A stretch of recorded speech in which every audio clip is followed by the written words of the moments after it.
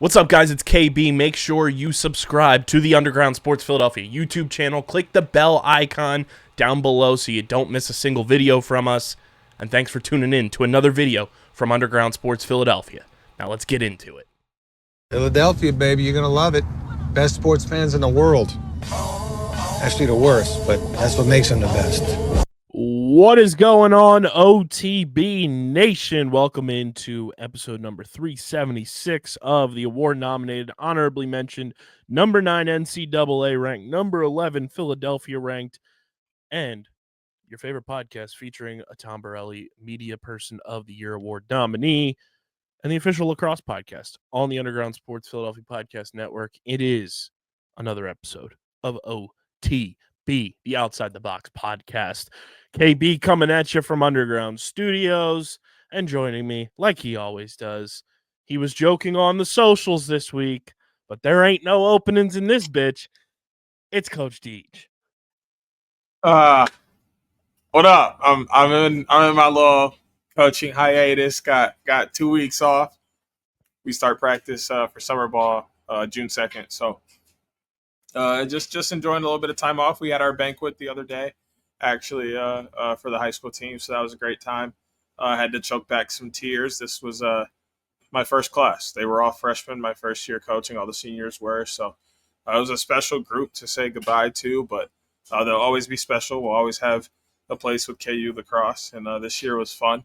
But you know why there was an opening for a short, brief moment. I had to walk you off the damn ledge. It was unnecessary. Acted a damn fool on these streets. It was unnecessary. That's all. Man. And then you're gonna try and pander to me later with a Tigers tweet. Yo, they're on fire. They I literally say it every main pod episode. I'm like, if you want a fun baseball team to watch that isn't the Philadelphia Phillies, go watch the Tigers. They're very fun to watch. We appreciate that because this year has been a good year for us. I'm actually checking right now to see if we won that series against the Cardinals.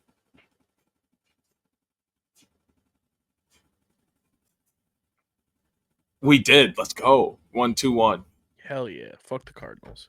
Absolutely. The Cardinals have been really good at home, though. Going into the series, they were 15-6 at home. So I was really worried. That damn John Gruden bump. But we've been insane at home. We're like, I think we're like 17-5 at home or something like that. Good teams win at home. Good teams win at home, everybody. Comerica's crazy. I guess all they had to do was change the sign, and the team started going crazy. That's hilarious.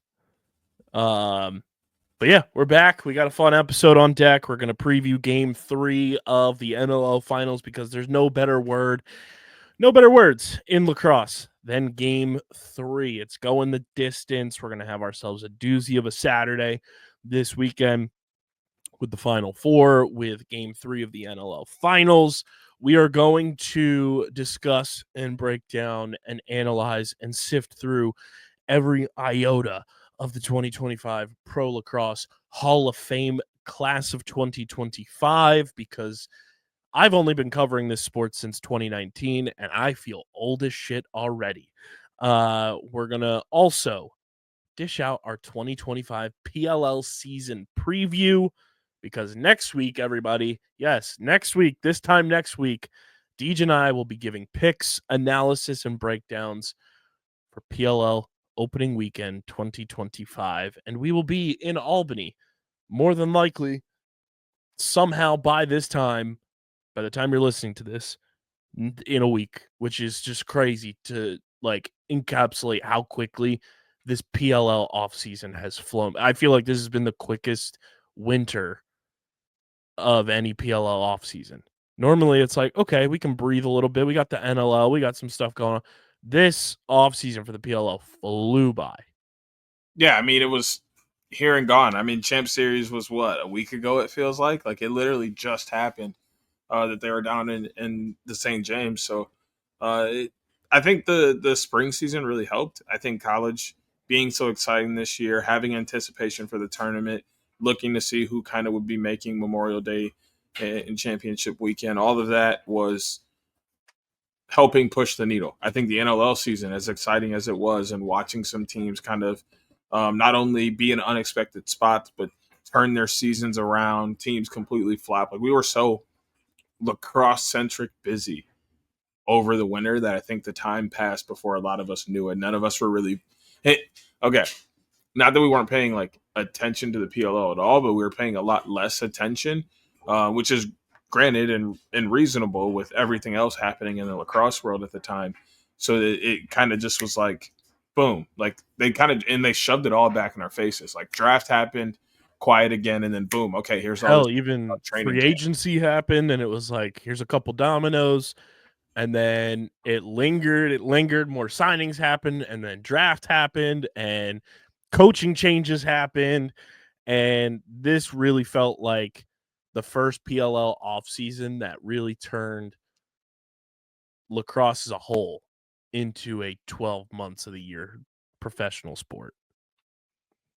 Yeah, and it's getting there year by year, and there's continued advantages to having players in both leagues. It draws fans across each other. It draws interaction between the two leagues. It keeps people engaged year round in the game because they know high level players are playing all over the world at different times.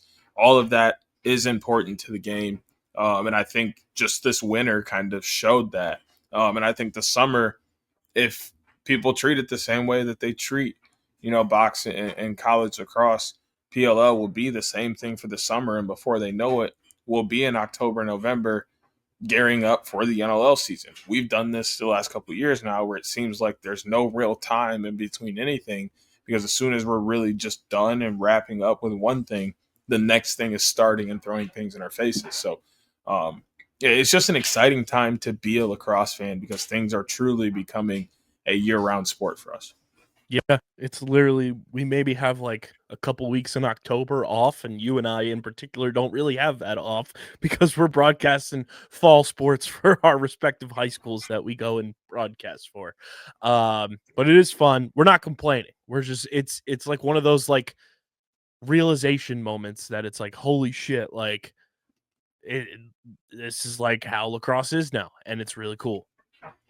I mean, it's more than cool. It's what I want for the sport. It's what I envision. I want to be able to one day like be coaching kids or like introducing kids to sports, and they're being like, oh, okay, yeah, I want to do that long term. I want to be a professional lacrosse player. I want to go play at this school. Like, it has to be thrown in front of people. It has to be something that feels like it happens all the time.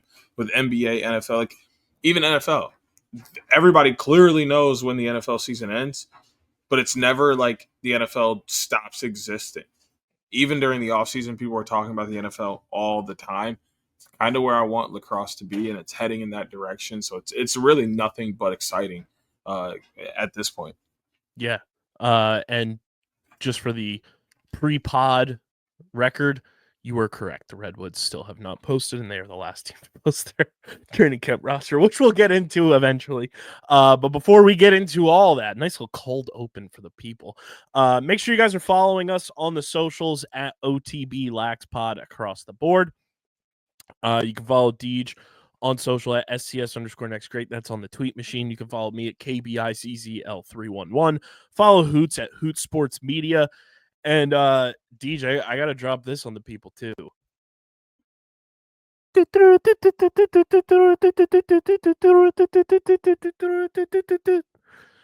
have a new member of OTB joining the fold for one weekend for now. That I'm very excited about. Met with him this week, and for all of our peeps down in Charlotte, I want you all to embrace and give a warm welcome to Miles Lineberger. Follow Miles on Instagram at MELESVISUALS.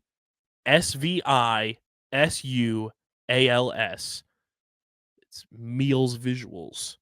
Okay, go follow Miles. He is going to be capturing PLL Charlotte weekend for us, and in particular, CJ Kerr's PLL debut, which is very exciting. Excited to bring Miles on board with us. He just started getting into lacrosse.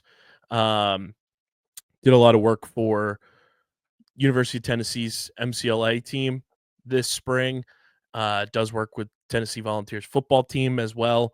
And he is interning at the field where they do Charlotte weekend. So he's going to be there like already. And he reached out. We had a nice little meeting, and he's going to be joining hashtag Team OTB for Charlotte weekend. So we have another weekend checked off where we'll have somebody boots on the ground this year, which is very exciting.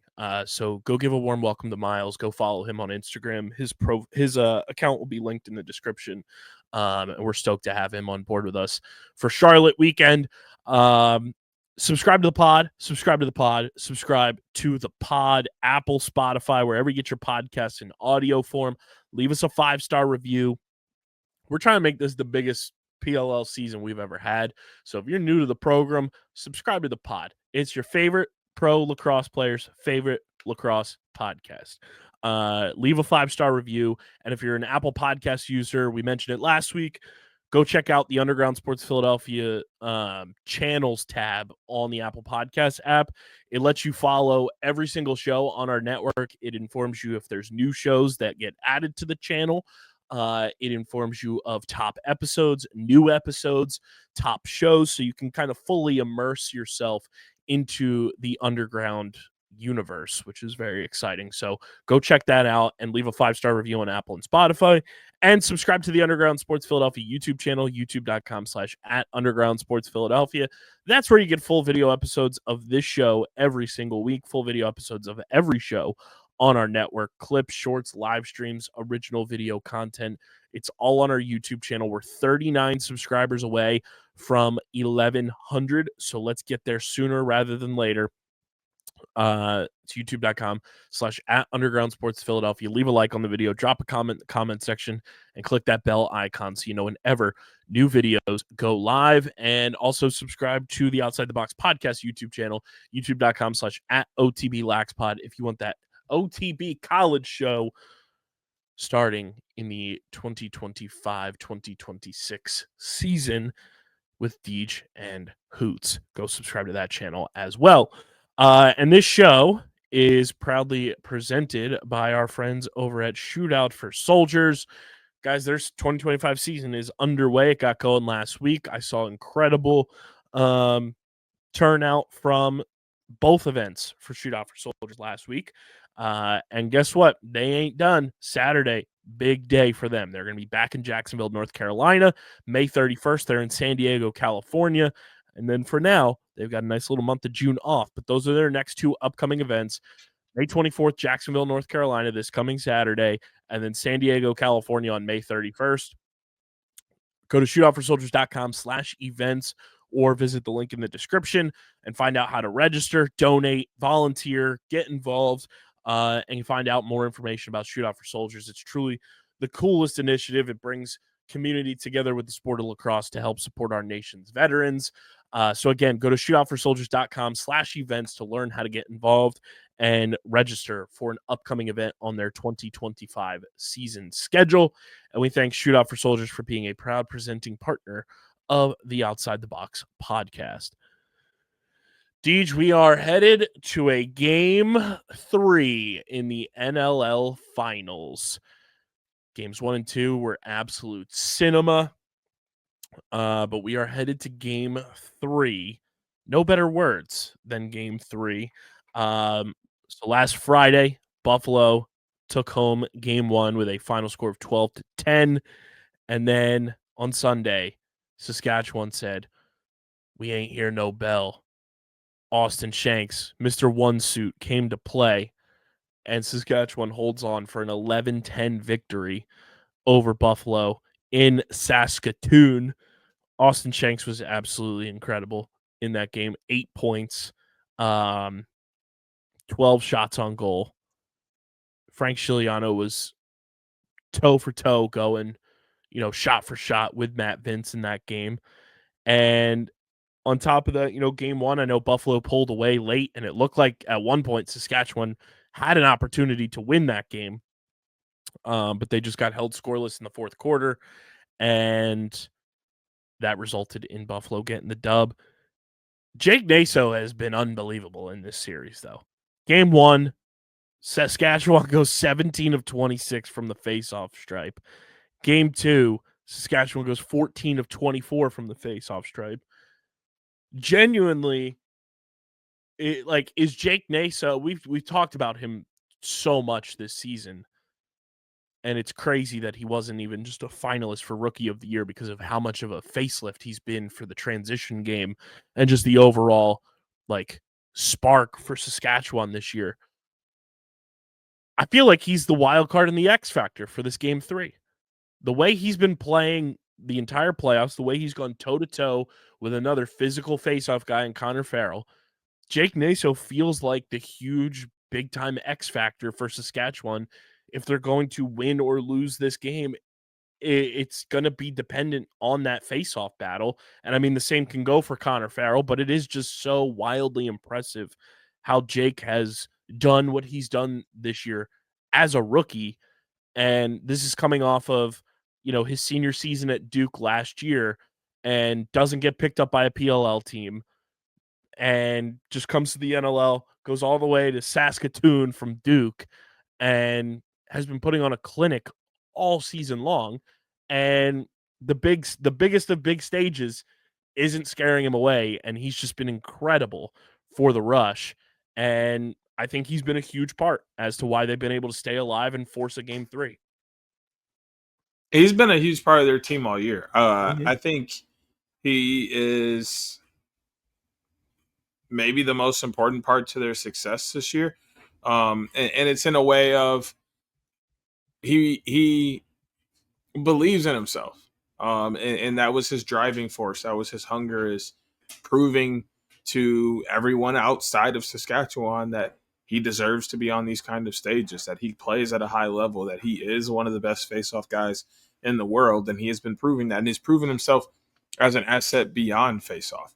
He's scored multiple points this year. He's played some defense when needed. He's gotten in on loose balls and made them difficult and created opportunities for the team. He's a great spark of energy and a good teammate. These are all just important qualities that we've known Jake Naso to have since his time at Duke and before. So it's really just at a point where he is turned his belief into pure adrenaline and skill, and he's riding on that. And he has become a huge part of why they were able to keep the first game close and then win the second game. And they have more than a solid shot to win this third game, even though it's in Buffalo.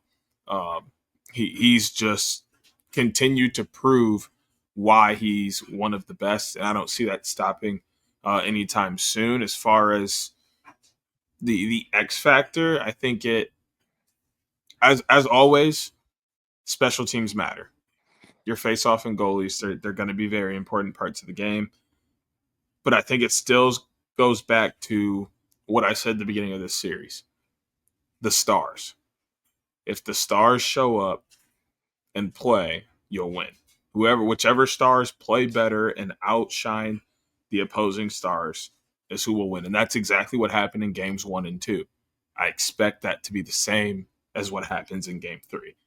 We just don't know which stars are going to show up because, well, the game has to be played.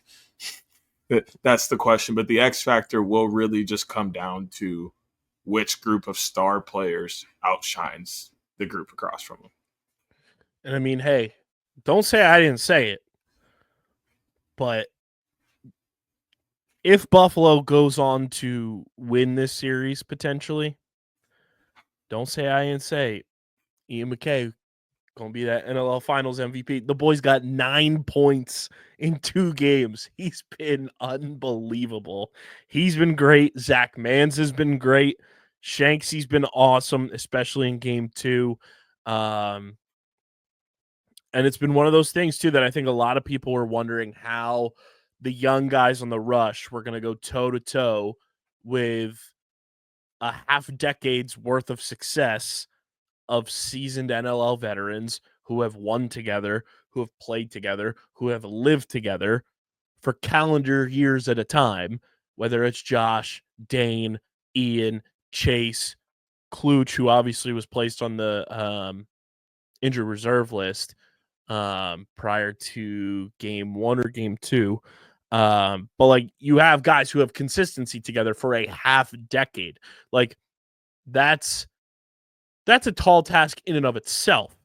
And to see what Saskatchewan's been able to do is not only a credit to the guys on the floor, but it's also a credit to their Coach of the Year winner and Jimmy Quinlan, and it's a credit to Keenan being on that bench, and it's a credit to just the way that these guys in Saskatchewan have the perfect mix of veterans and young talent, whether it be, Shiliano, Shanks, Mike Messenger, Robert Church. Like they've got veteran leaders on this team, but they also have the young talent in Naso, in Zach Mans, tons of like the formula for Saskatchewan, I guess is the word I'm looking for, has been so successful all season. And to see that formula work also in the playoffs is pretty fucking impressive. And rewarding. It has to be a rewarding feeling to know that all this time that you spent planning, putting together, moving chess pieces around, putting in actual work, the blood, sweat, and tears, the long nights, the frustrations, all of it is paying off. You're in the most important game of the year. You have 60 more minutes and you're either champions or you were just short. Either one of those feels good. Obviously, being just short feels a little worse than being the champion, but feeling just short goes, okay, we're right here. Let's go and fine tooth this thing and find out some small things we can fix and ingrain so that we're able to get to where we want to be. Winning the thing goes, all right, we did it. We're at the top. Now, how do we tailor this thing to now defend rather than attack? Either way, you're in a great position and you know that you're knocking on the door of an NLL championship. You just have to find out which direction you're taking over the next couple of months. You just know that you can celebrate everything you've done for the last calendar year has been worth it. Yeah, 100%. I mean, you look at the way this series has kind of unfolded. It's been 2-goal game, 1-goal game, like just very consistent back and forth like we said it would be. And I'm trying to pull up here too to see when and where these games were won in the playoffs during Buffalo's kind of run. So last year, Buffalo, they won the finals in Buffalo last year. I want to see the other seasons that they've played in the finals where they ended up winning or losing the title. I know they lost in Buffalo to Colorado. So they won their 2 titles, their back-to-backs they won in Buffalo. And then they lost to Colorado in 2022. That was in Buffalo as well. So I mean, it's not a foregone conclusion that you're gonna win because you're the home team. Colorado went into Buffalo in 2022 and won the series there after winning game 2 on their home turf. So there is a formula there that if you win game 2, you potentially can go to Buffalo and still win, because the other 2 series, last year against Albany and then in 2023 against Colorado, it was a sweep for Buffalo. They won in 2 games. First time they're playing in a game 3 since 2022 when they lost the series 2-1 to Colorado.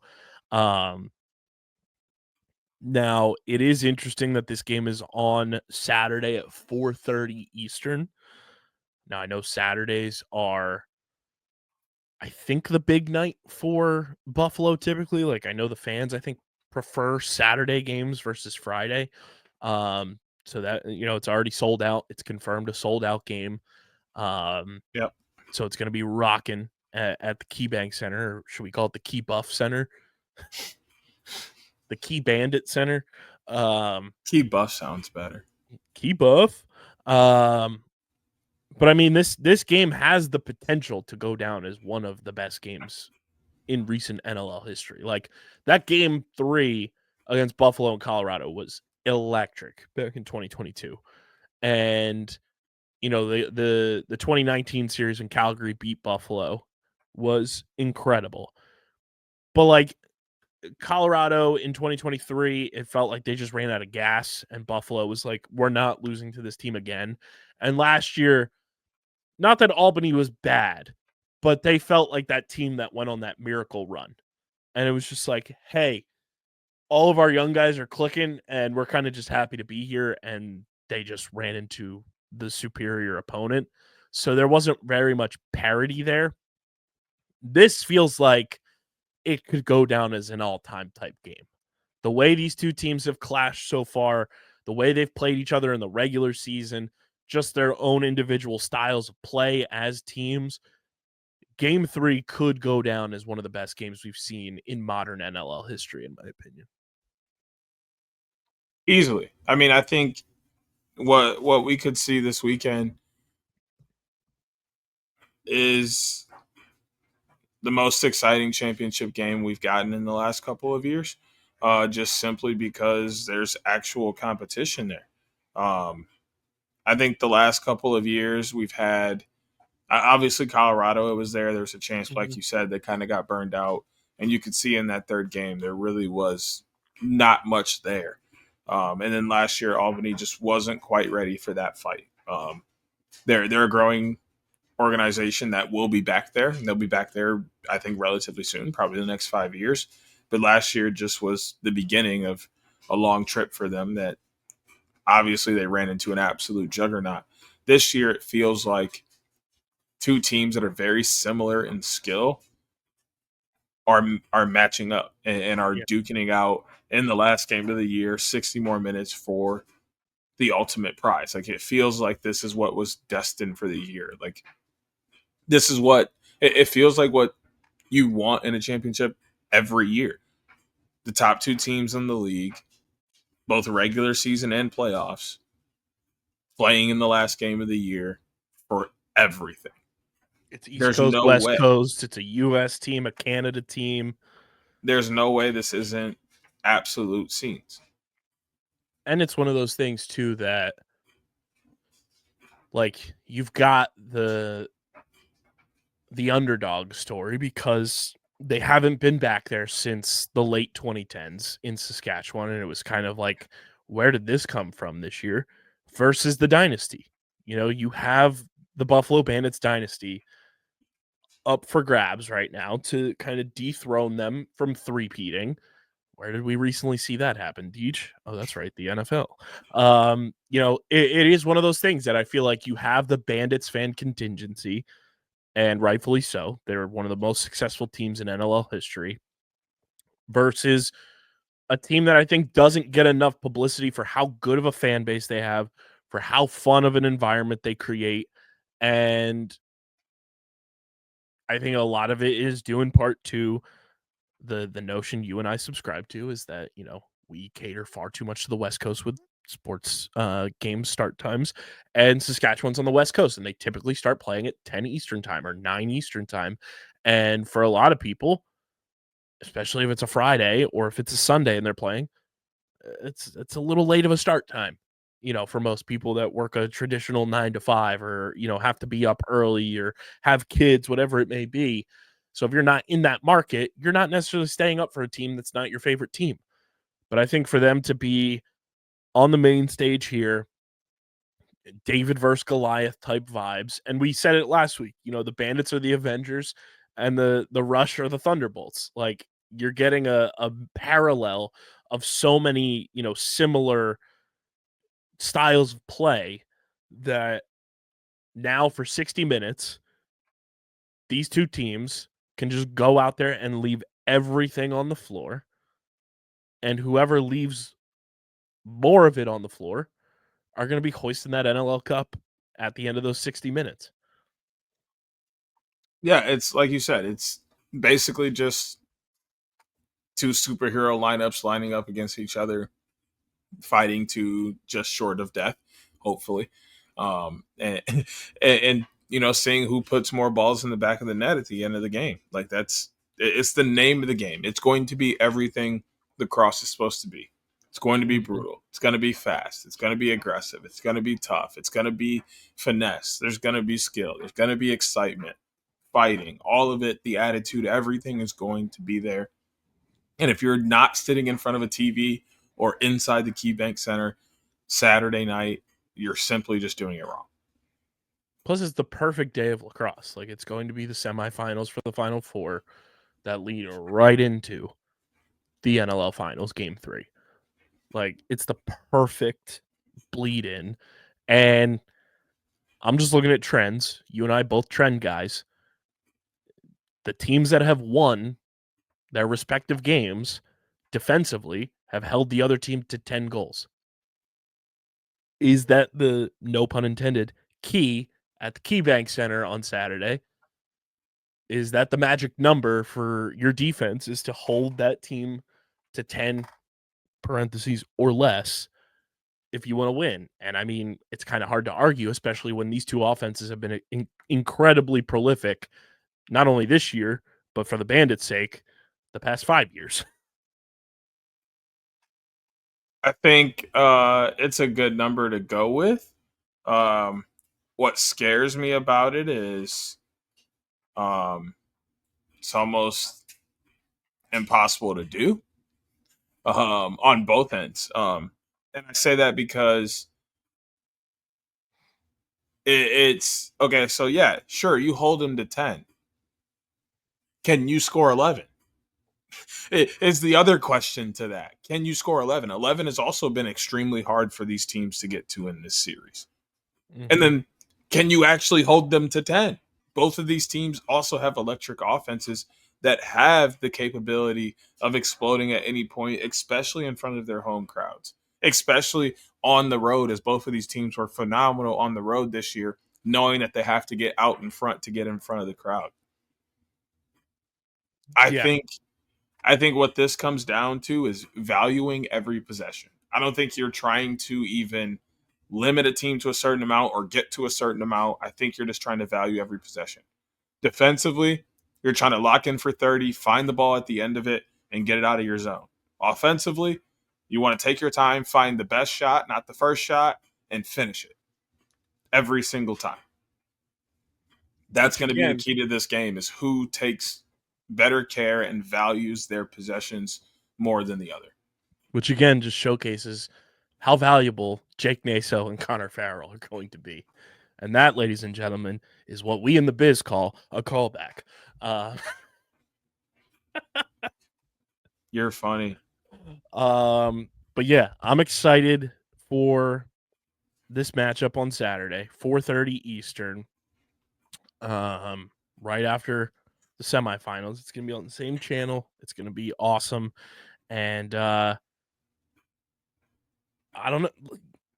I think without any further ado, Deej, there's not much else to talk about there. Shout out to the boys. Go give it your all. I'm looking forward to it. Looking forward to seeing who ends up winning. But I think our wrap up there, obviously, is brought to you by our friends over at Buff. Guys, you know us. We love Buff here at OTB. With us being the big Survivor fans we are. Deej, this week, we're finding out the cast of season 50 of Survivor. I know. I cannot wait to see this absolutely star-studded cast. And I know it's still a ways away, but I know them season 50 buffs are going to go crazy. And you guys can get your season 48 buffs. You can get your buffs that are ready to rock and roll for the summer season. Use our link in the description. Shop Buffs Memorial Day sale, 40% off through the end of the month, if I'm not mistaken. Which is a crazy discount. So use our link in the description. Get up to 40% off with Buffs Memorial Day sale now through May 28th. And shop with our friends at Buff. Keep yourself protected from the wind, the cold, the heat. Wherever you are in the world, Buff has you covered, quite literally. And we thank Buff for being a proud partner of the podcast. Deej, I think we go feed some ducks one last time this NLL season. It's crazy that we are here, But nonetheless, we're going to head on over to the pick pond one last time for the 2024-2025 NLL season and dish out our NLL Finals Game 3 pick of the week, powered by Kenwood Beer, the official beer partner of Underground Sports Philadelphia. It's a refreshing light beer, just 4.1% ABV, 120 calories, just 8 grams of carbs. You guys can go to kenwoodbeer.com, use the Kenny Finder to see who's got Kenwood Beer on tap in the Philadelphia, New Jersey, Delaware, Pittsburgh, and Maryland areas. You can also find Kenwood Beer at your local liquor stores in those markets. Again, that's kenwoodbeer.com. Must be 21 or older to do so. And as always, guys, please drink responsibly. Here we go, Deej. One final pick for all the marbles. The Game 3 pick of the week. Who's taking home the NLL Cup in 2024-2025? You know, I'm going to do something weird here. Knowing that my title is safe after last week, I'm going to roll with how I'm feeling and what I really want. Because if you a real OG, if you a real OTB fan, then you know that I absolutely hate dynasties. And the last thing I want to see is the same team win over and over. So I'm going to go with the Rush. I'd love to see the Rush win. This has nothing to do with Buffalo. If Buffalo wins a third, I'll celebrate them the same as I have the last 2 years, and they will be well-deserved, well-earned. And I'm sure the game will be as crazy as if the Rush would win. And there's going to be plenty of good things to say afterward, but I personally think sports are better when there is parity, when every team has an actual chance to win, when every team feels, and their fan base feels like they're a step or two away, not where, hey, we're all just fighting for a chance to play so-and-so. It gets old after a while. I would love to see the Rush hoist the NLL Cup Saturday night.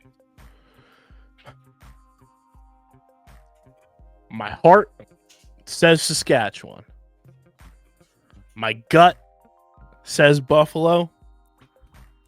But sometimes, ladies and gentlemen, you just got to follow your heart. I'm going with the Rush. They're just fun. And seeing them after that Game 2 win, seeing how fired up they were, seeing Big Skiggs just being like, hey, we're one game away from being interlocked together forever. Like, that fired me up. I'm going with the Rush. I think they just have the juice. They have the momentum of winning Game 2, the way that they did it. And I think Austin Shanks only has one suit. So we're going to go with the Rush to win the NLL Finals. And there is our 2025 NLL Finals. My Roughnecks fans, by far, I'm still definitely down with the crew. Next fan for life.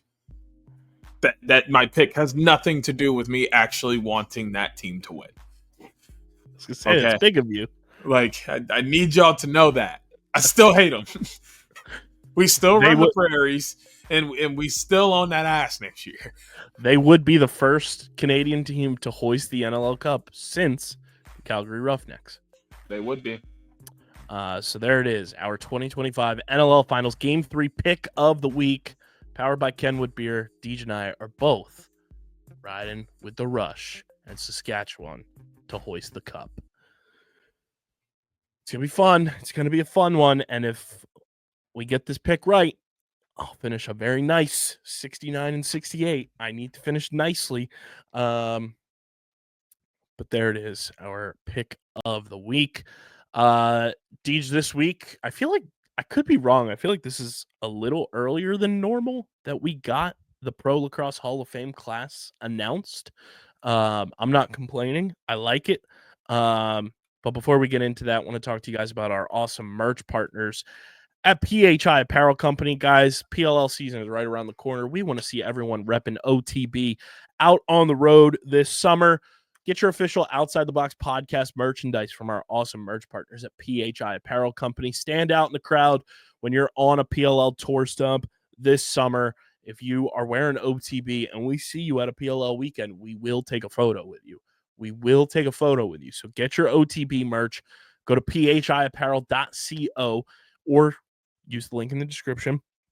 And when you go to checkout, cart filled to the gills, use code underground to get 10% off your next merch order from our awesome pals and official merch partner, PHI Apparel Company. Again, that's code underground for 10% off your entire order from our friends at PHI Apparel Company, and stand out in the crowd with the official merch partner of Underground Sports Philadelphia.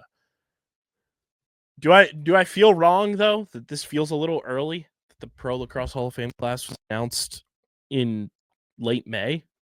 No, it feels early. It does I'm feel not early. complaining, though. What I am complaining about is I feel old as all get out with who is in this class. Because I posted this on Twitter. I only started covering field lacrosse year one of the PLL. Because obviously we started covering the NLL first. It's what happened with the timeline of us covering the sport. I feel incredibly old because You are. well, that and the simple fact that 3 of the 4 inductees this year to the Pro Lacrosse Hall of Fame are players that I covered their careers in varying degrees, whether it was for 1 year, couple years, many years, still covering their post-playing careers. 3 of the 4 I have some sort of connection with to varying degrees. And I just got to say, those guys, I couldn't be happier for them. They're true, like, it was inevitable that they were going to be inducted into the Pro Lacrosse Hall of Fame. And before anybody comes at me calling it the Pro Lacrosse Hall of Fame, you have to really just sit yourself down. Just take a seat. There's a National Lacrosse League Hall of Fame. Okay? This is not diminishing box lacrosse players. This is not diminishing any of that. Box lacrosse is a different sport than lacrosse itself. Okay? Just take a seat, breathe in, breathe out, stop it, get some help.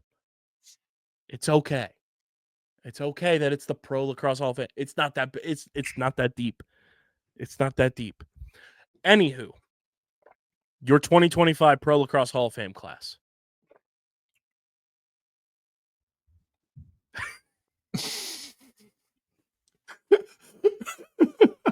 God, this is so good. You look like you just drank like slurp juice from Fortnite for the first time. Bro, this is so good. You looked at that thing like Jimmy Neutron looked at that candy that he created. Bro, man.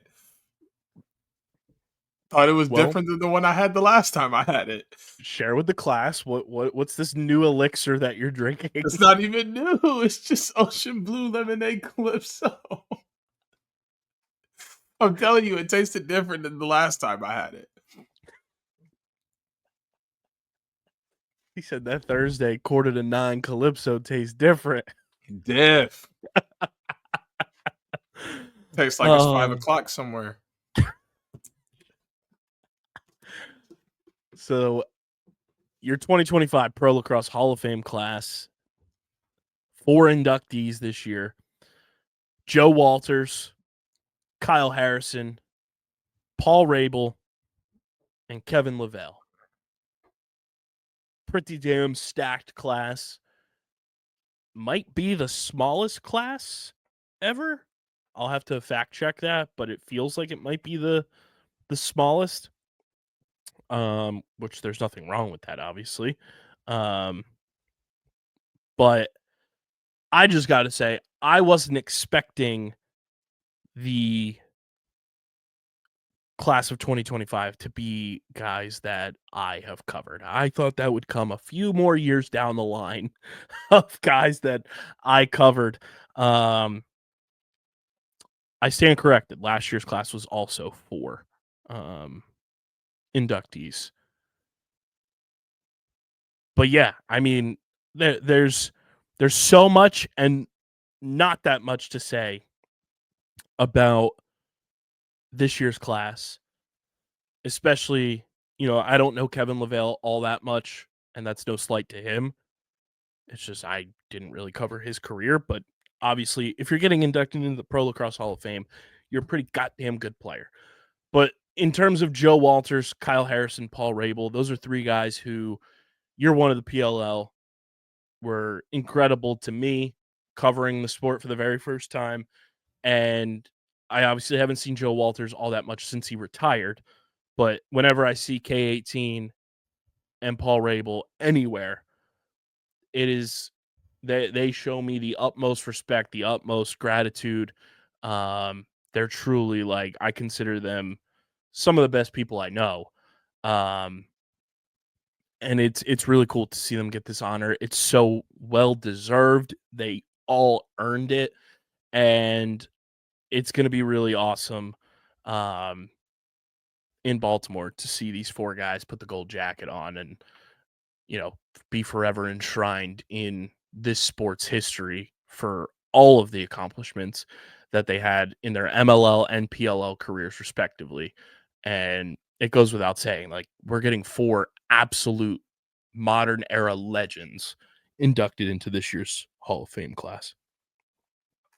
Yeah, I mean, Kyle Harrison was probably the 3rd midfielder I've ever seen, highlight tapes and like watch full film on and everything. Like he was right after Miles Jones and Sergio Perkovic. Like, and Perk was only in front of him because I'm from Michigan. You're a Michigan guy.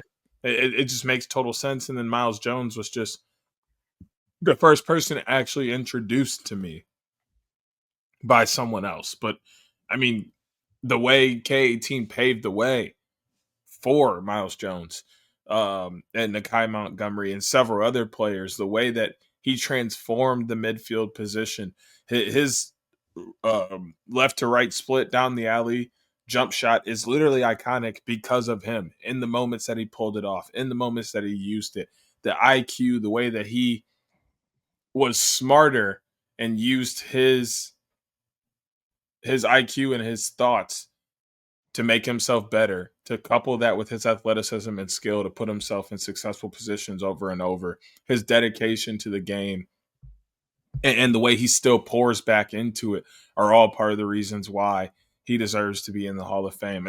This was one that I think we all saw coming during his college days. Like, this dude is going to be a Hall of Famer. This dude is going to be someone that is going to do amazing things with the game of lacrosse. And he did that for years, and he's still doing it now. I just can't believe it happened so fast. I mean, I can believe it happened so fast, but I mean, he was just playing. I literally just saw him in 21 play his last game. Like, that wasn't that long ago. To think that this dude is really hung up the cleats for sure and is retired and in the Hall of Fame is nuts, but it's well deserved because he's done so much for the game. Yeah, I mean, and I think Joe Walters is one of those guys too that played in the same era as Paul and K18 and doesn't get enough love for how incredible of a player he was. Like, that dude, watching him play when I started covering the PLL, and obviously he had a prolific NLL career as well, an incredible college career. But my first experience of him was on the Redwoods in 2019. And just watching him play, it was so smooth and just so fun to watch. And you want to talk about just genuine human being. Like, Joe Walters is just so kind. He's such a great person, and obviously Paul Rabel and Kyle Harrison are as well, and I'm sure LaVale is as well. I just don't know him like I know the other three to varying degrees. But Joe Walters is just like, I feel like he is one of the more underappreciated, just like legends of the game, simply because of the era that he played in. He kind of gets overshadowed, and that's probably not the right word, but just for lack of a better word, he gets overshadowed by the Paul Rabels and the Kyle Harrisons because they played the same position and they played at the same time. Like if Joe Walters was playing right now, we'd be talking about him being just an absolute demon. And I encourage anybody who just simply forgets or never got a chance to watch Joe Walters, just go watch some of his highlights because he is incredible. And I think he's a guy that we just need to talk about more. He is truly an awesome player, an awesome person. I'm very happy that Joe is going in with these three players as well, because I don't think he gets enough love and enough credit and enough admiration from fans for how good he truly was. Yeah, and I mean also just looking at Joe and what he's brought to the game, he's a different kind of player. He plays with excitement, he plays with skill, and he plays with joy. He wants to be there, be around his teammates, and have a good time. That's his main objective for being there, and you can see it in the way he plays. And he wore one before College Park. He wore one after Maryland, but he's the definition of a guy that you expect to see the wear number one when they go to Maryland. And he wore it with great pride and did an amazing job wearing number one for Maryland. And he continued to wear it post his career and continued to embody those same characteristics that made him a great option to wear number one in the beginning.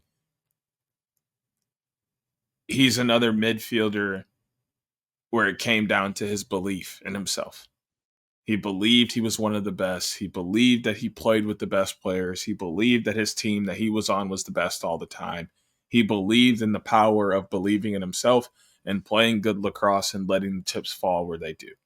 Doing absolutely everything you can on the field, enjoying the game for what it is, and being grateful that you have the opportunity to play the game. And if the lacrosse gods have the means for you to win, they'll absolutely provide it to you.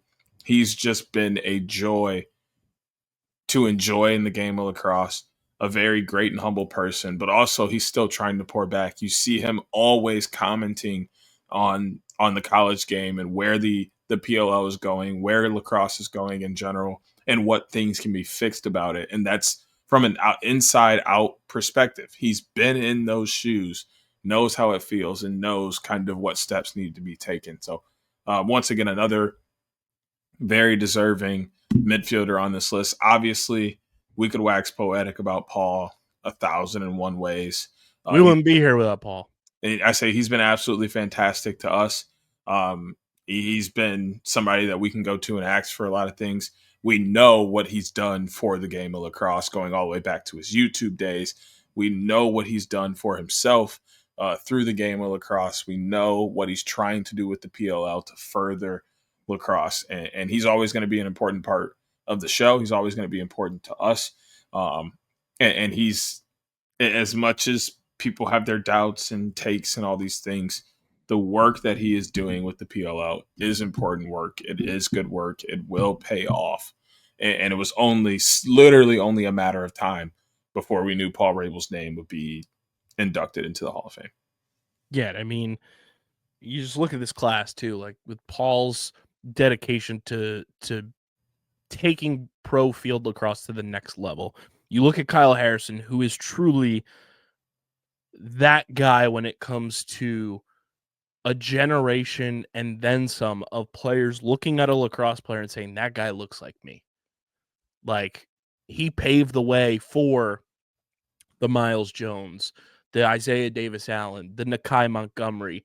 The list goes on and on and on, simply because K18 is such a focal point and is so at the forefront for the Black community too, and is a champion for African American players to pick up a stick and play because they saw Kyle Harrison do it in a multitude of ways and was like, oh, if he can do that, why can't I?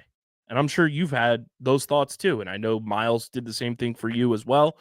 But like without K18, do we even have Miles? Without Miles, are you picking up a lacrosse stick? Like it's such a domino effect that really traces back to what Kyle Harrison has done for the sport and for the Black community with lacrosse. And it's truly incredible to like see how it's really like spiderwebbed its way out, to see all the different people that he's influenced.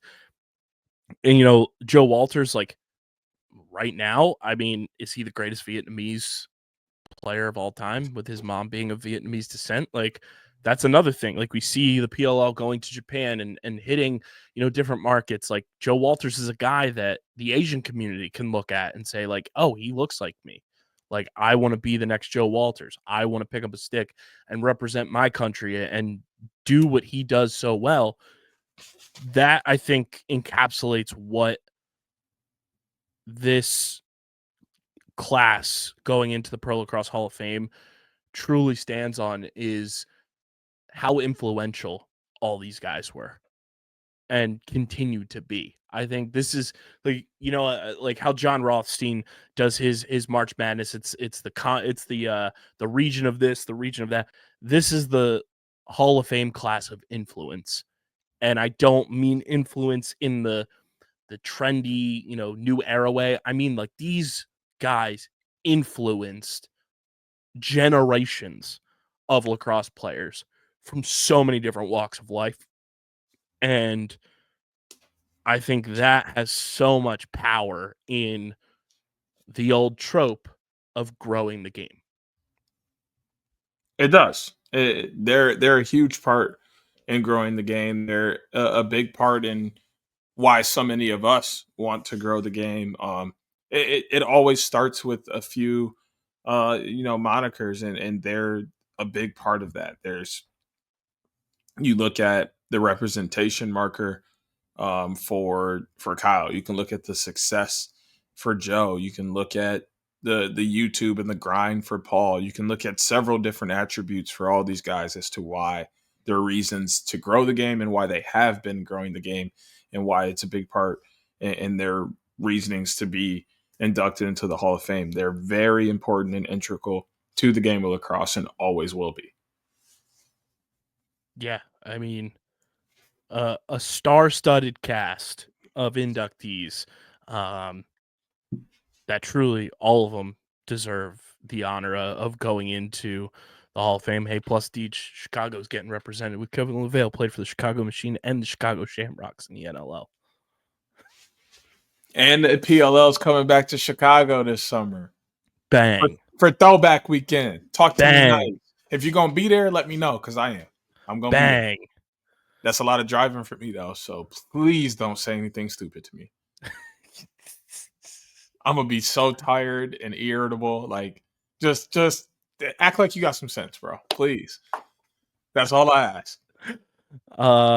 But congratulations to the Pro Lacrosse Hall of Fame class of 2025. Absolutely deserved, earned, and very excited to see those gold jackets go on those four gentlemen in Baltimore this summer. It's going to be awesome to witness. Deej, I can't believe it's here already. Another PLL season is on the horizon. We're going into the final year of your first presidency of covering the PLL on this podcast. Yep. One full presidency. It's happening. Well, actually, that'll happen in the middle of this season. Right. It'll happen in the middle of this season. Probably week like 4-ish, 5-ish. Yeah. Around there. Crazy. That's crazy. Might be Hall of Fame weekend. It just might be. Wouldn't it be fitting? We'll have a live show right before that. there's no way we wouldn't go down to the Lacrosse Podcasters Hall of Fame. So Your favorite lacrosse player's favorite lacrosse podcast. your Which, favorite speaking lacrosse of podcast, favorite lacrosse podcast. that too.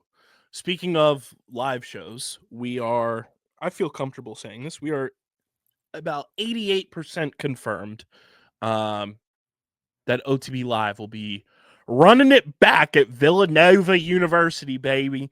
Philly weekend, OTB Live going down once again.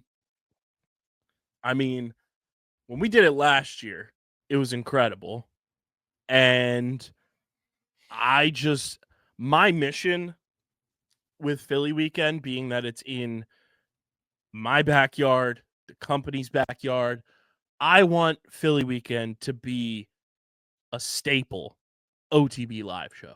Like, I want that to just be a well-known fact that, hey, PLL's coming back to Philly. Boom, live show. It's happening. And look, we're running it back. 88% confirmed. So if you're going to be in Philly for Water Dogs homecoming weekend, which we will also have more news about how you can sit in the underground seats in the K9 crew section probably next week. Better be listening. Tap in, tune in. But yes, if you're going to be in Philly, 88% confirmed, live show, running it back in the Premier Zone. We're working out the semantics, but I feel comfortable announcing that because it's all but finalized. But before we get into everything else, I want to talk to you guys about the PLL app. Guys, the PLL app is a mainstay staple. It needs to be on your phone at all times during the PLL season and even the PLL offseason. Is your go-to stop for everything going on in the PLL. Keep up to date with all the latest news, highlights, interviews, articles from the beat writers. Everything you need is in a one-stop shop, and it's the PLL app. Plus, it's gamified. PLL Fantasy. Guess what? PLL Fantasy OTB group going to be locked and loaded going into next week. Guess what? Trivia in the app. You earn points. You level up in the app. You unlock perks. Who doesn't love a little perk action? I'm not talking about Sergio. Download the PLL app. App Store, Google Play Store. When you go to the redeem code section, use code OTBPOD, OTBPOD, to get 500 XP on your account. Again, redeem code section in the PLL app, code OTBPOD, 500 XP on your account. Download the PLL app today. I'm scared of you. That was bars. That was off the top of the dome. I'm scared of you. And I'm not talking Syracuse. You said all about the perks, no Sergio. Whoa, buddy. Bars. What kind of perks you talking about? Not 30s. It's still insane to me that that's the number he chose to wear with the chaos. It was on purpose, bro. You know it was. He knew what he was doing. Oh my god, it's so funny. We have another PLL season on the horizon. We are going to do a new way of season preview. Obviously, 8 teams, whole lot of intrigue about all 8 going into this season. We're going to take each team. DJ and I are going to give our bold take for each team this season. We're going to give our team MVP of the season. And then we are going to determine whether or not that team is going to be competing in the 2025 PLL postseason. And then, hey, maybe we'll do a little prediction too at the end of who our MVP and eventual champion will be as well at the end of each team. But Deej, how do we want to start? Do we want to go in draft order? Do we want to go in reverse draft order? Start with the 2-time defending champs. What team do we want to start with? And then we'll go from there. Yeah, let's start with the champs. All right, we'll start with the champs, the Utah Archers. And guess what, everyone? As we were recording, each team dropped their training camp rosters, so we have that to look at as well. I have them all in front of me, Deej, so if you need me to reference anything, I can always pull that up. But I will start by saying the Utah Archers have 5 guys on their special training camp designee list that all sound like weekend news anchors, including David Klosterman. That sounds like somebody who's just hosting 6 o'clock news in Utah. Bro, the Redwoods have so many mids. They do. Ridiculous. But the 2-time defending Utah Archers head into training camp looking to three-peat. They have been one of the models of consistency in the PLL for as long as we can remember. Obviously, Chris Bates, Tony Resch, and Coach Cav have been one of, if not the best, coaching staff in the entire PLL since day one. They have guys returning, mainstays. Tom Schreiber, who was obviously injured last year, is back. Ryan Ambler, back. You have Grant Ament, Connor Fields coming off an NLL MVP, campaign. You add guys like Brendan Lavelle, Sam King, Mitchell Dunham. You obviously have Mac O'Keefe back. John Robbins is back. Mason Woodward year 2. Dyson Williams is back with the squad. You added somebody like James Shipley, who will be in camp with the Archers. Great sign for the Archers defense, though. Graham Hossack, Warren Jeffrey will be in training camp with the Utah Archers. I think that was a big sign of concern for a lot of people, especially since in the MSL, the Peterborough Lakers traded for Warren Jeffrey's rights, but it looks like both guys will be available in training camp. And obviously you have one of, and you can make the argument however you want, best goalie in the league in Brett Dobson. Our guy Colby Bars is back. This team, to me, Deej, is the model of consistency because they have, number one, drafted so well. They have filled holes in free agency when they've needed to. And they just have one of, if not the best player on the planet right now in Tom Schreiber, leading the charge for them. But then you couple that with, like I said, drafting well. You get a Brett Dobson in the draft. You get a Mike Sisselberger in the draft. You get Dyson Williams, Mason Woodward. You draft Sam King. You trade up for Brendan Lavelle in the pick swap. You draft Piper Bond, Bo Pedersen, and Connor Marr. Like, that is player development to a T. And I think that has been a huge reason why we've seen the Archers consistently be one of the dominating forces in the PLL, is because year over year, obviously you had guys coming in from the MLL year 1 and in the bubble a little bit in year 3 of the PLL as well. But then the Archers have just drafted so well. They've found the perfect formula of letting guys know, like, hey, this is your time to shine. We're going to draft Piper Bond and Connor Marr. They're going to come in and start day 1 after we had, 2 staples of the OG Archers call it a career. We're going to draft Bo Pedersen when Latrell Harris goes down injured, and Bo Pedersen's going to be a staple in that short stick D midi room, and learn from the 2 young guys in Connor Marr and Piper Bond. Connor Fields, you go in and trade for him, and it unlocks a new level of his career. This team just knows their identity, and I think that's so key in a league that only has 8 teams. They know what works with their organization so well, and I think Chris Bates is one of, if not the best coach in the league right now.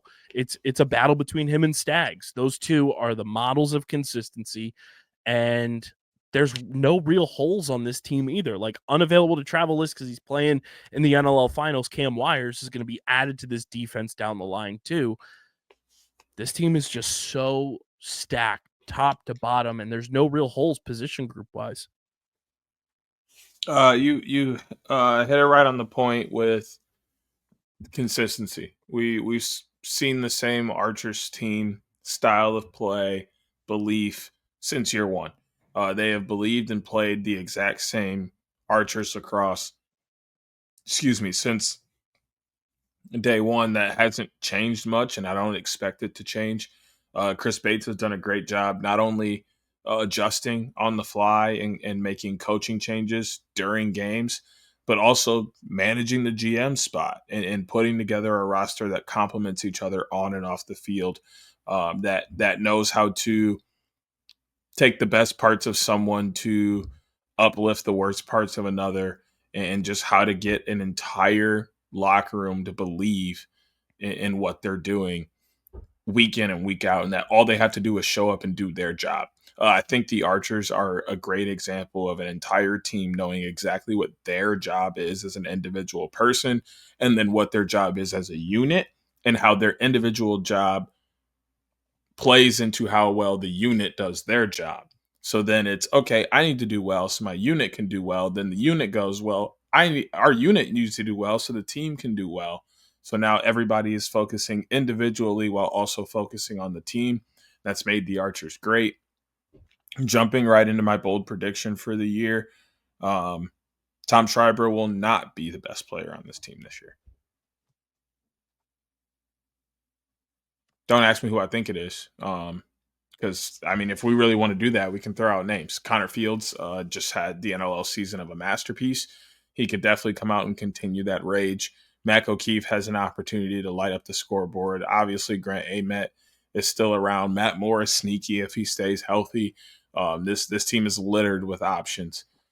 So I really like someone to step up. Not that Tom Schreiber isn't going to do his thing. I just think someone else is going to be kind of that guy this year. And I think, too, before I get to mine, this is the first year the Archers are dealing with a little, quote-unquote, adversity from roster construction standpoint, because winning back-to-back titles, guess what that means? Your roster gets pillaged in free agency. Some key departures for the Archers this offseason. Ryan Ogevin goes to the Redwoods. Cole Williams goes to the Atlas. Jackson Moreau goes to the Redwoods. Jack DiBenedetto goes to the Water Dogs. Jack Van Overbeek goes to the Outlaws. Challen Rogers not back with the team. Key signing is obviously retaining Graham Hossack through 2025, keeping Colby Bars on this team through 2026, Grant Ament through 2027, and Matt Moore through 2026 as well, plus John Robbins through 2026. I think this is going to be a huge test for the Archers this year because they did lose so much depth. Ryan Ogevin was a key part of that midfield over the past few seasons. Jackson Merle didn't get the playing time, but it felt like he was a guy that if he was still on this Archers team, he could work his way into a lineup. Jack Van Overbeek, Jackie Overs, now going to the team that he got that nickname from us with the Outlaws. And Cole Williams is a guy who has worked his way back from injury, has been on the Champ Series roster the past 2 years for the Archers. Him going to the Atlas, that's a bummer, I think, for Chris Bates and company, because he's a player that they really liked and really coveted. But I think it's going to be key for their depth guys to really step up. And I think you're going to see guys, across the board, like Willa James Shipley make the roster in the midfield. Can Dyson Williams really take a step forward from his rookie season? Will we see Sam King, as a rookie, really pop off? Brendan Lavelle alongside Mason Woodward as two young defenders on this team. Can they take a step forward? Will Colin Sharkey continue this, short stick D-midi pipeline for the Archers? There's so many different components for the depth guys to be key contributors. And I think that is my bold take, is the Archers' depth is going to prove itself once again. And it's not even that bold of a take, but it's the Archers are going to showcase that they know how to build a roster. And this is the first time, like I said, that they've really faced adversity of losing guys at that pace and that capacity. But I think my bold take is the Archers' depth will shine in 2025. And it's not going to surprise anyone, I think, because it's just been the norm, but it's going to be a new cast of depth for this team that really showcases their talents. And I think you and I are both on the same train. The Archers are going to make the 2025 postseason. Yes, absolutely. No question. I think they're probably the 1 seed in the West. Which now, Tej, I will let you throw the dart at the board. Which team are we going to next? Let's go with another safe, easy. Let's go Atlas. Let's The stick with the New A's. York Atlas. Stick with the A's for a minute. They are such a fascinating team because they're so talented. They are everyone's preseason darling because they have so much talent. Rightfully so. It's tough to pick against a team that features an offense of Jeff Teat, Connor Schellenberger, Peyton Cormier, Xander Dixon, Brian Costabile, Miles Jones, now adding Kyle Jackson to the mix, now adding Cole Williams to the mix, drafting Max Krevsky. The offense is loaded. You have Trevor Baptiste as your face-off athlete. Your defense is one of the best units in the league with Gavin Adler, Brett Makar, Michael Rexroad. You have Liam Entenmann, who will be your backstop goalie for the next decade plus. Your short stick, leading the charge in Danny Logan, Peyton Rozonka, Chet Comizio. You add Matt Trainer to this team in the draft. I mean, the Atlas are just going to win the title, Deej, the way that I just listed off the talent there. That is the big thing for the Atlas this year. They are the stereotypical case of you can have all the talent in the world, but if you don't play as a team when it matters most, that talent doesn't mean shit. This is a huge year for this team. Not that they are old by any sense of the word. They still are very much young / in their prime. But it is one of those things where Jeff Teat's not getting any younger. Trevor Baptiste is not getting any younger. Danny Logan is not getting any younger. This is a huge turning point year, I think, for the New York Atlas, for me at least, to showcase that, like, hey, this talent does have what it takes to get over the hump. We can go to our first PLL Finals, and compete for a championship. We can erase the only time we've been to championship weekend was to compete for the first round draft pick, and we lost it in embarrassing fashion in 2019. This is going to be a massive, prove it year for a roster that is littered with talent. Get out of my head. Because I do think this roster is absolutely littered with talent, top to bottom. They have some of the best pulls in the league. Their defense is great. Arguably, in 3-4 years, we're going to be having is Liam Entenmann the best goalie in the league conversation. That's only on its way. We know what their attack line can do. They have all the pieces. They're the definition of what I was talking about earlier with the rush, is where you're either a few pieces away or you're the champions. Mm-hmm. That's been Atlas the last 3 years. I don't think they're any pieces away. I think they just have to change a few things in their gameplay and how they manage games and how they finish games out. They're able to win a couple of these 1 to 3 goal games that they have lost the last couple of years. We're talking about the Atlas in a totally different way. And I think this team is constructed to do so. It will come back to coaching and just actual will. Does this team have the will to get to where they want to be? And will the coaches be able to continue to put them in the right places to do so? Wildly enough, and my crazy take is that the Atlas will get over the hump and they will be in the PLL championship game this year. Which obviously answers the question. Yes, they will be in the playoffs. Some key signings, departures for the New York Atlas. Obviously, we mentioned Cole Williams signed with the Atlas from the Archers. They retained Chet Comizio through 2025, Trevor Baptiste through 2027. They lost John Geppert to the Boston Cannons in free agency. They retained Kobe Smith, Miles Jones, and Danny Logan. They lost Dylan Malloy to the California Redwoods. They retained Reed Bowering. They lost Ronan Jacoby to the Redwoods, and those are their free agency losses and signings. And obviously, like we said, they added Matt Trainer in the first round of this year's draft. They added Max Krevsky with pick 14 in the second round. They added Mike Grace from Syracuse in the third round, and they drafted Hugh Kelleher in the fourth round. 3 out of those 4 picks will not be available for training camp just yet because they're still playing their college seasons, but nonetheless, a wildly talented team. And I think my bold take about the New York Atlas this season,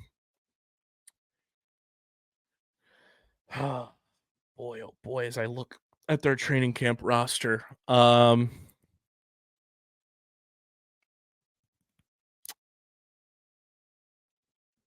my bold take, Xander Dixon wins midfielder of the year. Ooh. I think Slim Reaper gets it done and wins midfielder of the year in a loaded positional group throughout the league. And I am with you. The New York Atlas will make the playoffs again. I don't know if I'm on the train that they'll be in the finals, but that'd be something because it would almost be a home finals game for them being played in North Jersey. But would it be bad luck because it's the home of the Red Bulls, not the Blue Bulls?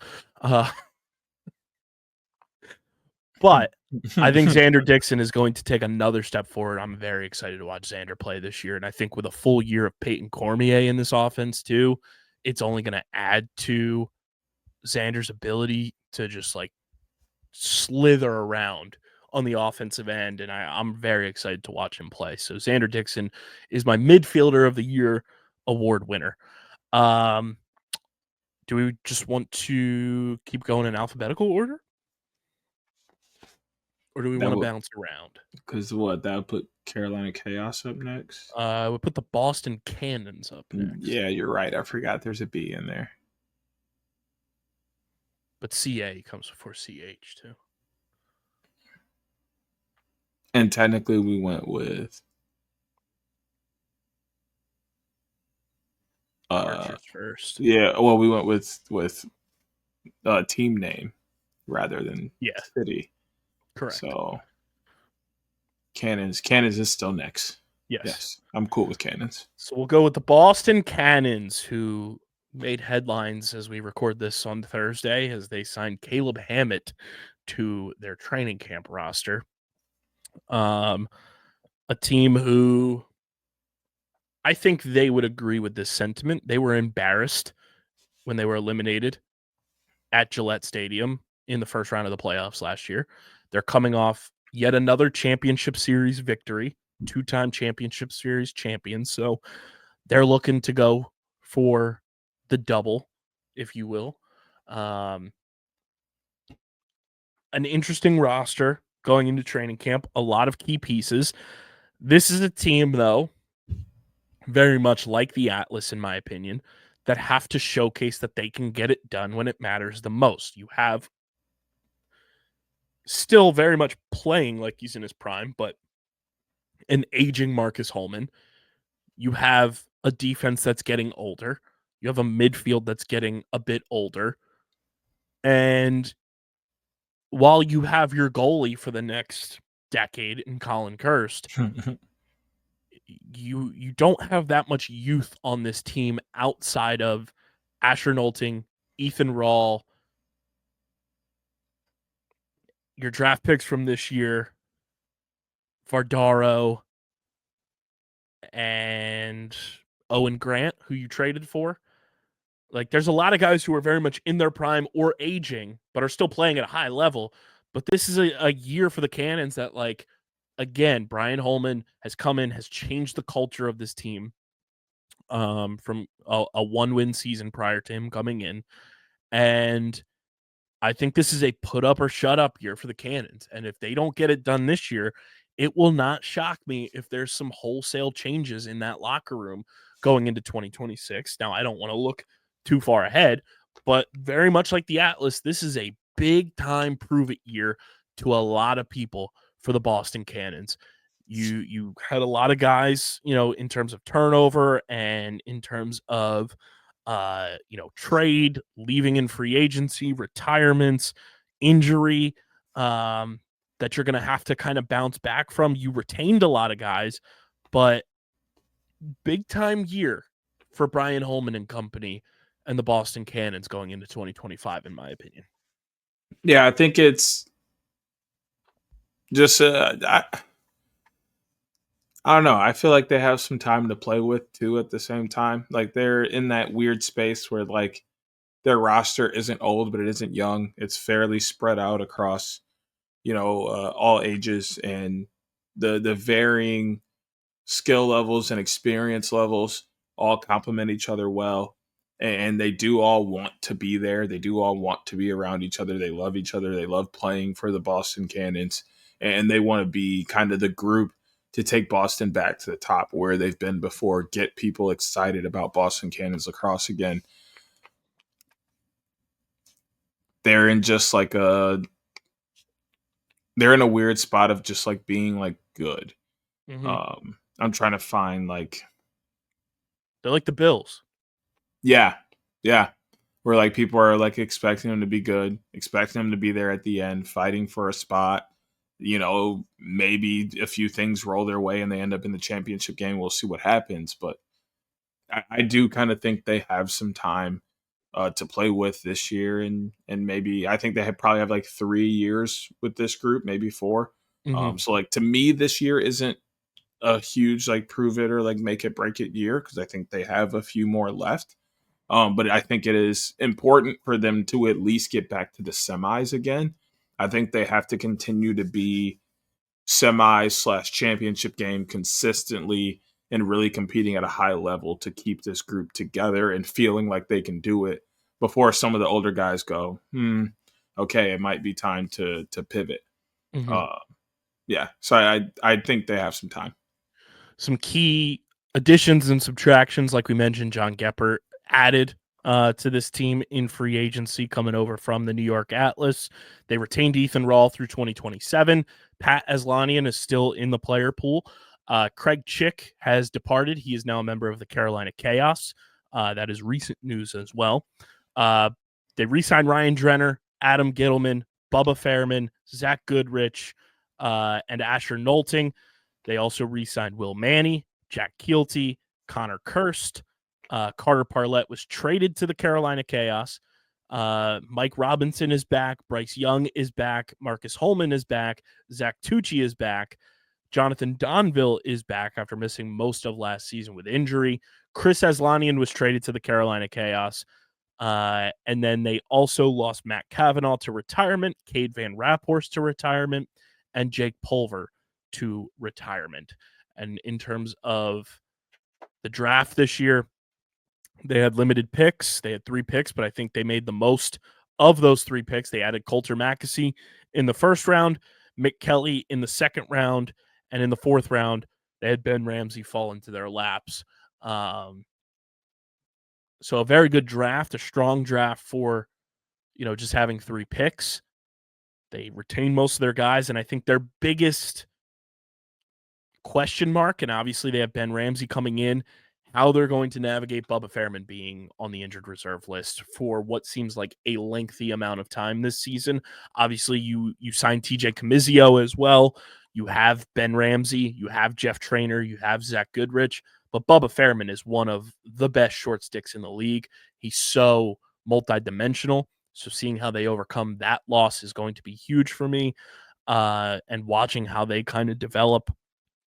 And also, obviously, via trade, like we mentioned a little bit, they traded for Owen Grant earlier this offseason to add to that LSM group with John Geppert and Ethan Rawl. Deej, what is your bold prediction for the Boston Cannons in 2025? That Coulter Mackesy would be the best midfielder on the team.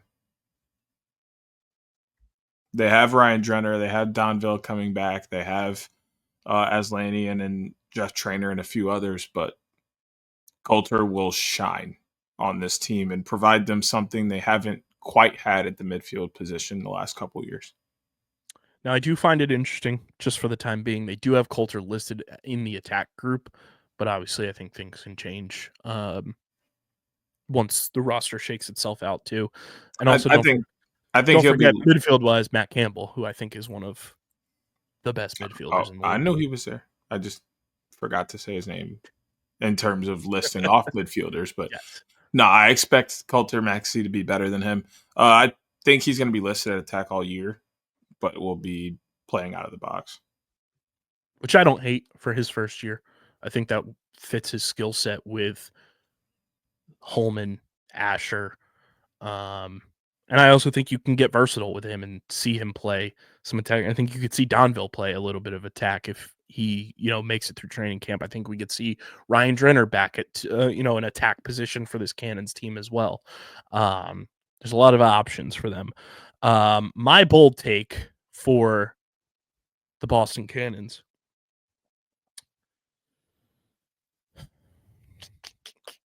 is going. And I'll say, if he ends up playing attack and starting at attack, he's going to win Rookie of the Year.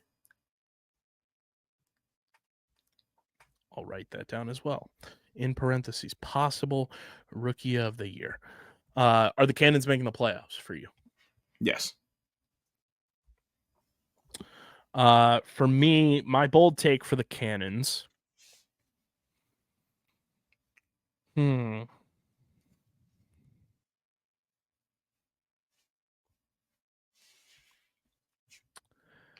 They're such an interesting team. They're so interesting. I want to see if I'm remembering correctly here. Yeah. I know we don't have an award for it. We should. Jack Keelty wins Comeback Player of the Year.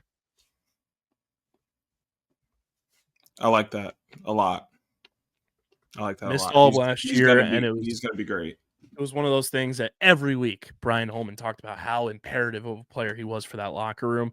PLL, can we implement Comeback Player of the Year, please? Jack Keelty wins the hypothetical Comeback Player of the Year for me.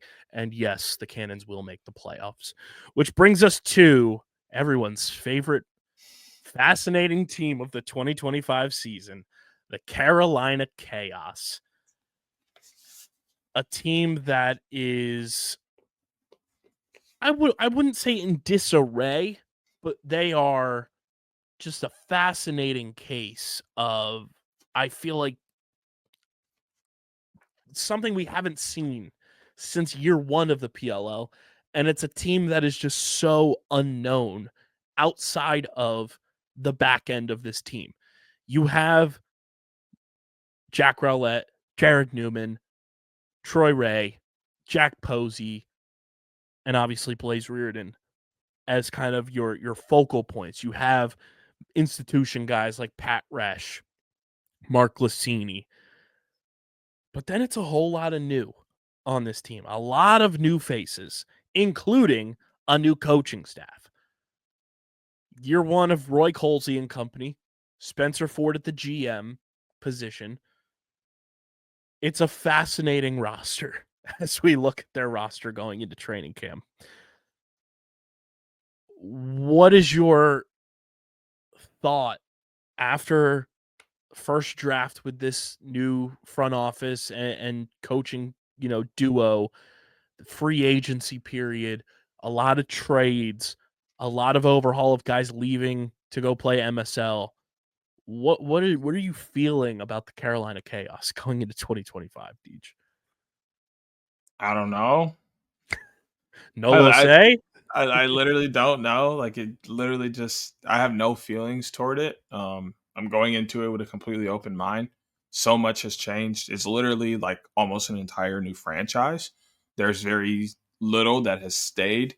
There's almost like an entire flip in marketing and everything. Like, it's almost feeling like entirely new.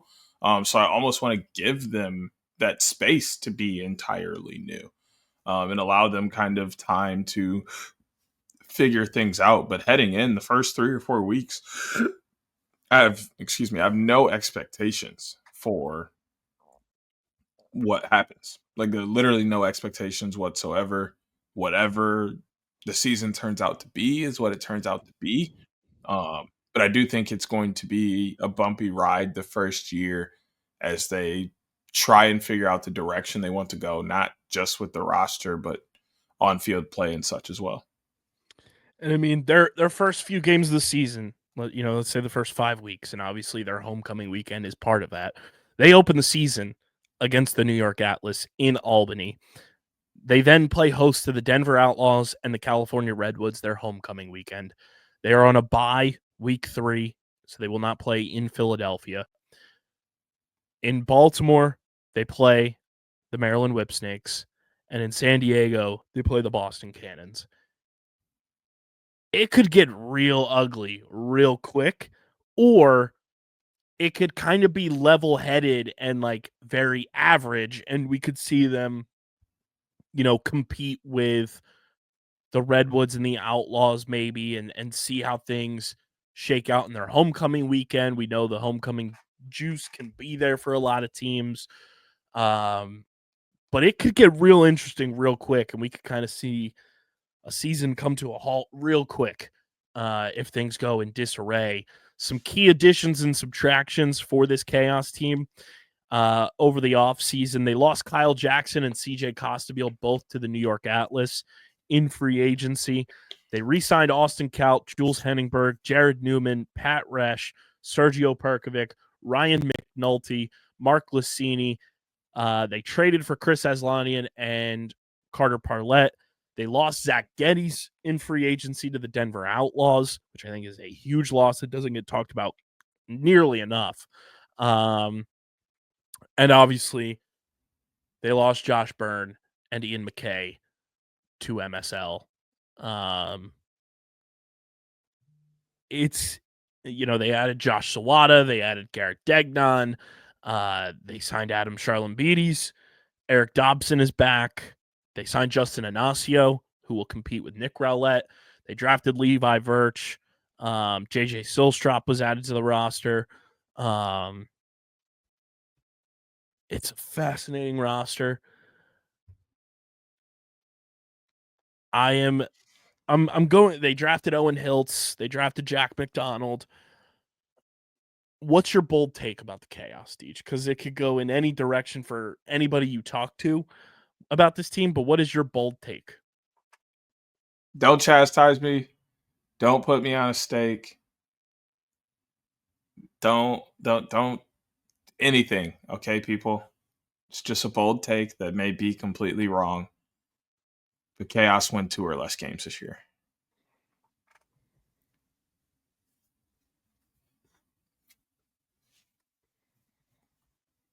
Which also answers the next question. Which means no playoff, I would assume, with Carolina Chaos.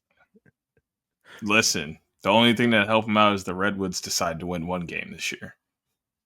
I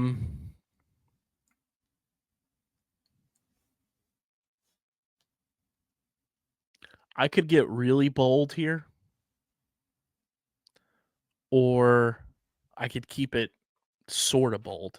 Where do you want me to go? We said we're doing bold takes, bro. I just said said they're winning 2 or less games, bro. Come on. This is bold. This is bolder than that.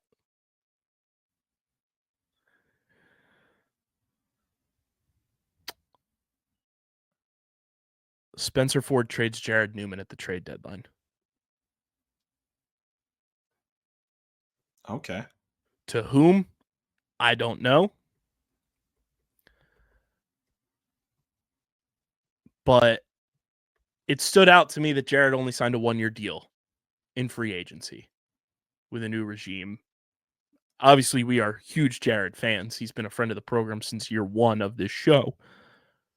But if the Chaos are out of it, they've traded picks for next year's draft already.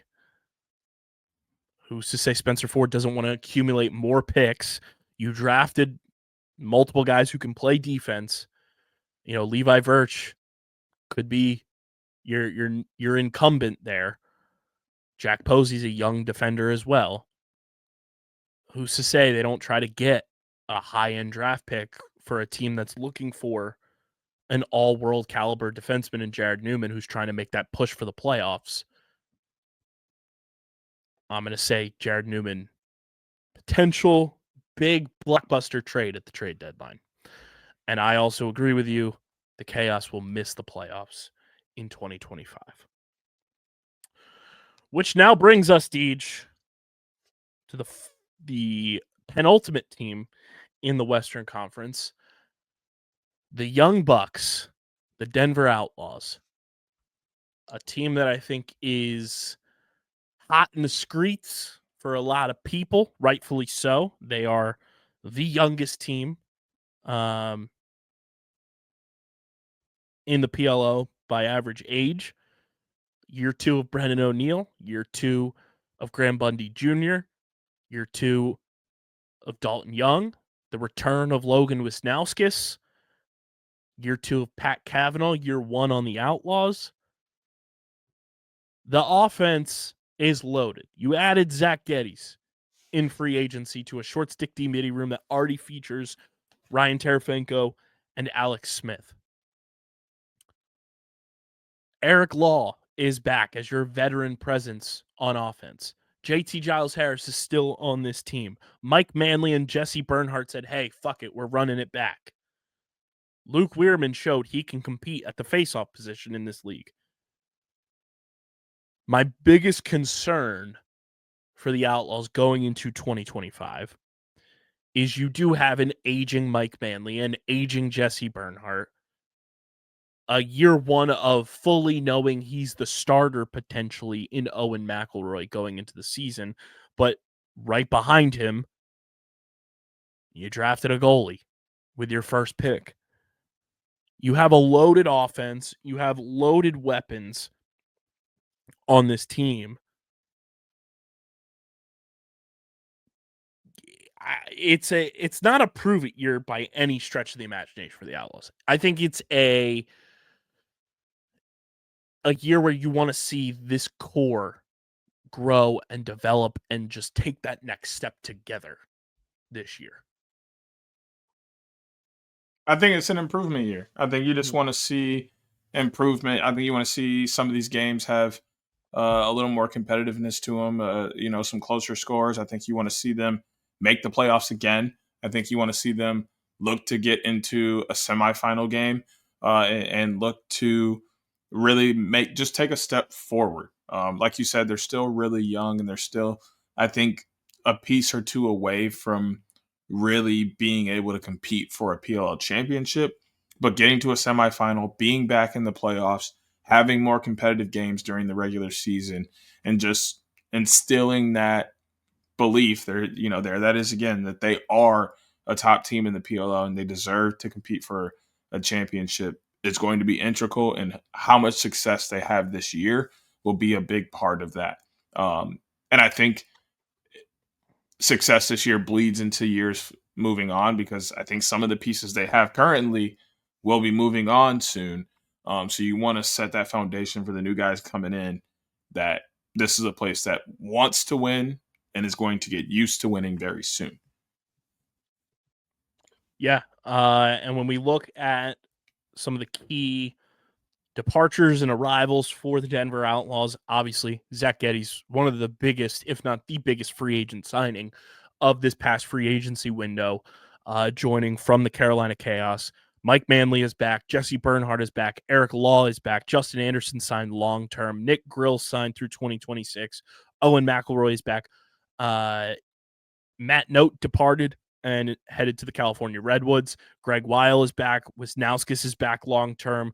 Gergar, excuse me, I like to call him Gengar. He's back. Alex Smith back. Eli Salama in the player pool still. Sam Alexo still in the player pool. That's fascinating to me. That's a name to watch, I would say, throughout training camp, just in case of injuries or anything. They did lose Will Haas to retirement. And then in the draft this year, the Denver Outlaws added a few players. With pick 11, they drafted Logan McNaney, goalie from Maryland. In round 4, they drafted Kevin Parnham from Penn State and Jack Gray from Duke. And he's on the holdout list, but they also drafted Pace Billings in the 3rd round. Deej, I like this team a lot. I think they're going to be a crown jewel type of pick for a lot of people. They're the fancy shiny toy. They're almost like the Oklahoma City Thunder in the NBA. Like they're the team that a lot of people are going to gravitate towards. What is your bold prediction for the Denver Outlaws in 2025? Pat Cavanaugh will be the best player on the team. I think that the way it's constructed and where I believe he will end up playing on the field, and who he'll be playing alongside, he'll have that opportunity to kind of shine as not being the main focal point of the offense for quite some time. I mean, he played a little bit with Cannons last year, but truly he hasn't been, like not the main focal point in offense for 4, 5, 6 years now. Mm-hmm. I think it's going to be really good for him, and we're going to see a spark. And obviously, you believe they will be making the playoffs. Yes. My Outlaws bold take. Are you ready for this one? I think this is a fun one, too, and I think there's a good chance it happens. Graham Bundy Jr. competes for the PLL scoring title. I think he's going to compete for the league lead in points this year. Okay. I loved watching him play last year. He is one of my favorite players in the league to watch. He just plays with such vigor, but also just smoothness. And you give him a centimeter of room with his hands free, ping, back of the net. It's game over. I think Graham Bundy Jr. is going to be competing for the scoring title, and it will not shock me when he finishes somewhere in the top 5 in scoring this year in the PLL. And I do agree the Outlaws will make the playoffs. So there is the Outlaws. We will bypass the alphabetized order here real quick, and we will go to the Whip Snakes, a team who lost in the PLL championship last year, who I think a lot of people just overlooked by how good they were going to be because they didn't have the flashy names. They didn't have, a blockbuster offseason, but they did the Jim Stagnita thing. They kept the main thing the main thing.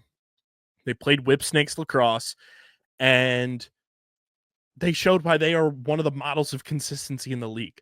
Jim Stagnita showed why he is one of the best coaches to ever coach professionally, ever. Now, this Whip Snakes team has undergone quite a transformation this offseason, to say the least. They lose Kyle Bernlor, Mike Chanonchuk to retirement. They released Petey LaSala to the player pool. They re-signed Tim Muller. They traded Zed Williams. They acquired Matt Brandow in said trade. I think they had a better draft than a lot of people are giving them credit for as well. In the draft, the Whip Snakes in round 1 took Aiden Carroll from Georgetown. In round 2, they did not have a pick. In round 3, they took Scott Smith, they took Emmett Carroll, and they took Christian Mazer. And then in round 4, they did not have a pick. I think the Whip Snakes had one hell of a draft and don't get enough credit for how solid of a draft it was, because not only did they draft what they found to be best player available, they also drafted for need in a smart and tactical way. You can't count out the Whip Snakes ever in a PLL season. And on top of that, this offseason, they added Rob Pinnell. That was the big splash, wondering where RP3 was going to go. He goes to the Whip Snakes, and, they obviously have the reigning rookie of the year in TJ Malone, bringing in Matt Brandow. But I think losing Zed Williams is a huge deal for this team. He has been a staple of that roster since the bubble. It means a lot of these young guys are going to have to step up. Matt Rambo is a focal point there, but I want to see guys like Adam Patra take another step forward. I want to see somebody like Jack Corris take another step forward. I want to see what Aiden Carroll can do. I want to see what Matt Brandow can do. I want to see TJ Malone take that next step forward. My big concern is their short sticks are very unproven. And obviously Jake Bernhardt is just aging. He's still playing at a high level, but he is getting older. That's my big concern with this team is you need good short stick play in the PLL if you want to be successful. And Tate Gallagher, Christian Mazur, Roman Puglisi. This is a huge year for me for Roman Puglisi. This is a big proving year for him. Those three guys, though, like they're relatively like unknown. And it's one of those things that like, hey, can they step up and prove a lot of people wrong? That is my one hole on this team for the Maryland Whipsnakes is can they figure it out at the short stick position? Can those guys really prove that they belong, that they can compete at that position and really hold it down as two-way guys? I'm not too concerned with that side of the ball. I think that's the stronger side of the ball for them. Now, Brendan Krebs is going to do phenomenal between the pipes, as we've seen him do the last couple of years, basically. And the defense is the defense, and they picked up a lot of great polls recently to supplement when those guys do decide to hang it up. And the D-mids have played okay the last couple of years. They haven't been great. They can get a little bit better, but I think the real thing with this is a monkey wrench was thrown in their offense. They don't really have an outside shooter or any outside shooters right now. Brad Smith is back, as far as we know, but we don't know what form of Brad Smith we're going to get. And then their attack is almost completely different. We assume Malone's going to move to the wing, and you have Rob playing at X and Rambo on the other, but how does that really work out? Does it play as well as it did last year? And if not, are you sticking RP3 inside and leaving him alone at X and then rotating somebody down to play on the wing from the midfield? Like, there's just a lot of questions on who's going to be where and how the offense is going to run now. I think they're still going to have the same philosophy of just hit singles. I think that's their plan, is to just find easy goals and score them when the opportunities come. But I'm just interested on that side of the ball and how things will turn out with all of the changes they've made down there. I'm making sure I'm not missing something because I'm looking at their roster. Oh, he's listed as out. I was looking at their training camp roster. Ryan Conrad was not on there. I was like, what the hell? But he should be another guy that's back to it. It's year one of a full potentially season of him, more than just a trade deadline, really. And obviously right now Levi Anderson is out for them because he is playing in the NLL Finals. Yeah, I mean, it's going to be an interesting offense. I think that's a fascinating component to this whole thing is how will Rambo play with RP3? How will TJ Malone play with RP3? Can we see Patra take another step forward, which I'm very excited to watch. He's one of the most exciting players in all of lacrosse. And what does Matt Brandow bring to the table with a new, kind of fresh start after a very disappointing and kind of lackluster and underused rookie season with the Water Dogs? They have a lot of questions, but I think one of the big questions they don't have is, their defense is all world. They have Matt Dunn back, who won Defensive Player of the Year last year. Brendan Krebs, I think, is one of the most underappreciated goalies in the league for how good he is. And you still have Joe Nardella as your faceoff athlete, and that in and of itself is huge. What is your bold prediction for the Maryland Whipsnakes, Deej?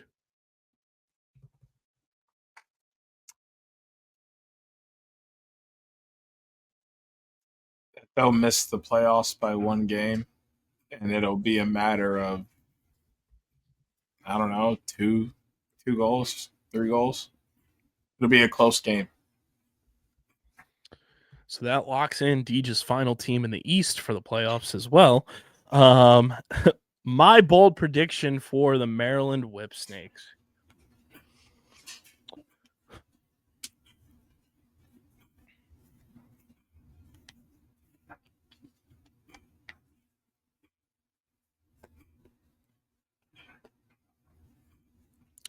I'm kind of bummed that I wasted my comeback player of the year Not wasted, but Brad Smith was right there. I'm going to say my bold prediction. You're going to love this one. Right? This is real bold because if it happens, we're going to hear about it in a press conference. Colin Squires scores his first PLL goal. I do like that a lot. Let's go 3-9. You heard it here. You know the plan. 39 days, 1 Colin Squires goal. Outwit, outplay, outlast. Squires scores. Man.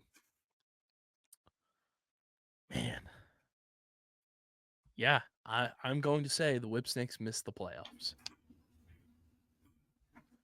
I think Crazy. it's going to come down to it. I know I said the Cannons will make the playoffs, and I think they will, but it also will not surprise me if it's one of those two teams in the East that miss out. Like I said, it's going to be by one game, and it's going to be like a 3-goal game or something like that. Like something. Yeah. It's going to be close. And we'll sit here in August and be like, holy shit, the Whipsnakes are in the top of the East. They've locked up a playoff spot. And Stags will be laughing at us all season long. Don't say that blasphemy to me right now. That's just how it goes. You know how this goes. Don't say that blasphemy to me. And then we'll be sitting at Media Day, championship weekend, when the Whipsnakes are competing for another championship. Hey, whoa, and Stags is going to be like, hey, where's your friend? I'm going to be there. Ain't no way your friend. You just burst through the door. The Stone Cold music plays. You walk in. I'm right here. What? I see you're here too. Good job, Coach. Congratulations. Oh, it's so funny. That's so funny. All right, Deej. Let's go to our fun time here. We'll start with the team that won the battle of the draft pick. And by won, I mean they won the game. The California Redwoods, the other team who had wholesale coaching change, welcomed in Joe Spallina as the GM. This year's PLL draft winners on paper, the California Redwoods. A lot of wholesale changes. Our guy, Nat St. Laurent, steps down as head coach and GM. Anthony Kelly takes over as head coach. Joe Spallina takes over as GM. We got a Bocklet boy coming in to help coach. Chris Collins is back. A lot of changes, though, and a lot of new faces. Dylan Malloy, Jackson Morrill, Brendan Nickturn, Cole Kastner, now added to this team. Ronan Jacoby, some draft picks. Andrew McAdory, Sam English, Carter Rice, Ryan Ogevin in free agency, Matt Note. A lot of new faces. Vinny Dialto, how you doing, Paisan? Aiden Denenza. A lot of new faces. Chris Kavanaugh in the mix now. A lot of familiar faces, though. Charlie Bertrand, Ryder Garnsey, Nakai Montgomery, Cole Kirst, Romar Dennis, Brian Tevlin, TD Ireland. But a lot of change for the Redwoods. They are going to be so fascinating to watch on the polar end of what the chaos are. The chaos are so unknown, but I think what the Redwoods have done in free agency and the draft have really molded to what Anthony Kelly and crew are going to showcase from a coaching perspective that are going to make the Redwoods a very fun watch this year. What are you feeling about your boys? I'm feeling excited. I don't think there's as many questions and holes. I feel really solid with the defense. I think that was still a really bright spot with the team last year. I think where the defensive flaws came in was the fact they were playing so much defense that eventually you're going to make mistakes. I think they play less defense this year. You get a healthy TD Erlin coming in, and I think that's going to be a huge factor. and getting the ball consistently and being able to set a flow. And the offense, I think, will be completely different. I think it'll be a lot more ball movement centric, a lot of bodies moving around, and they're just going to be looking to find, good shots for their offense. I really like Brendan Nickturn coming over. I think he provides a little more of a scoring threat from the X position than what Rob was for the Redwoods the last couple of years. I think Ryder is going to be able to get a little bit of freedom back to his game as the offense develops around him.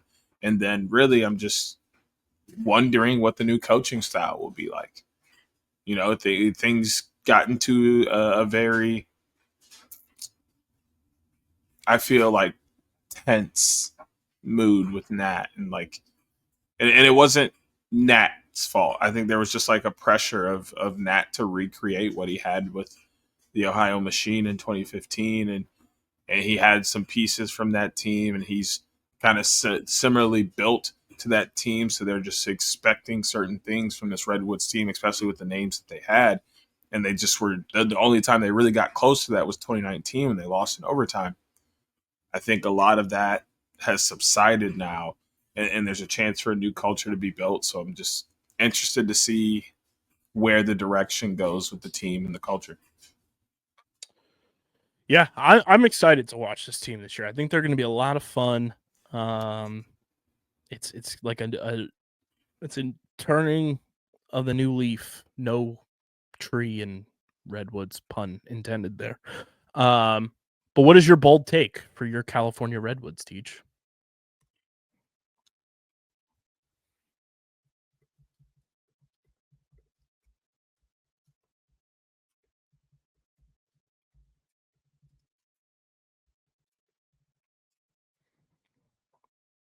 I can give you mine if you want. That Carter Rice is a short stick D-mid finalist of the year. Okay, that might be your boldest take. It probably is. It's either that or Chaos winning 2 games or less.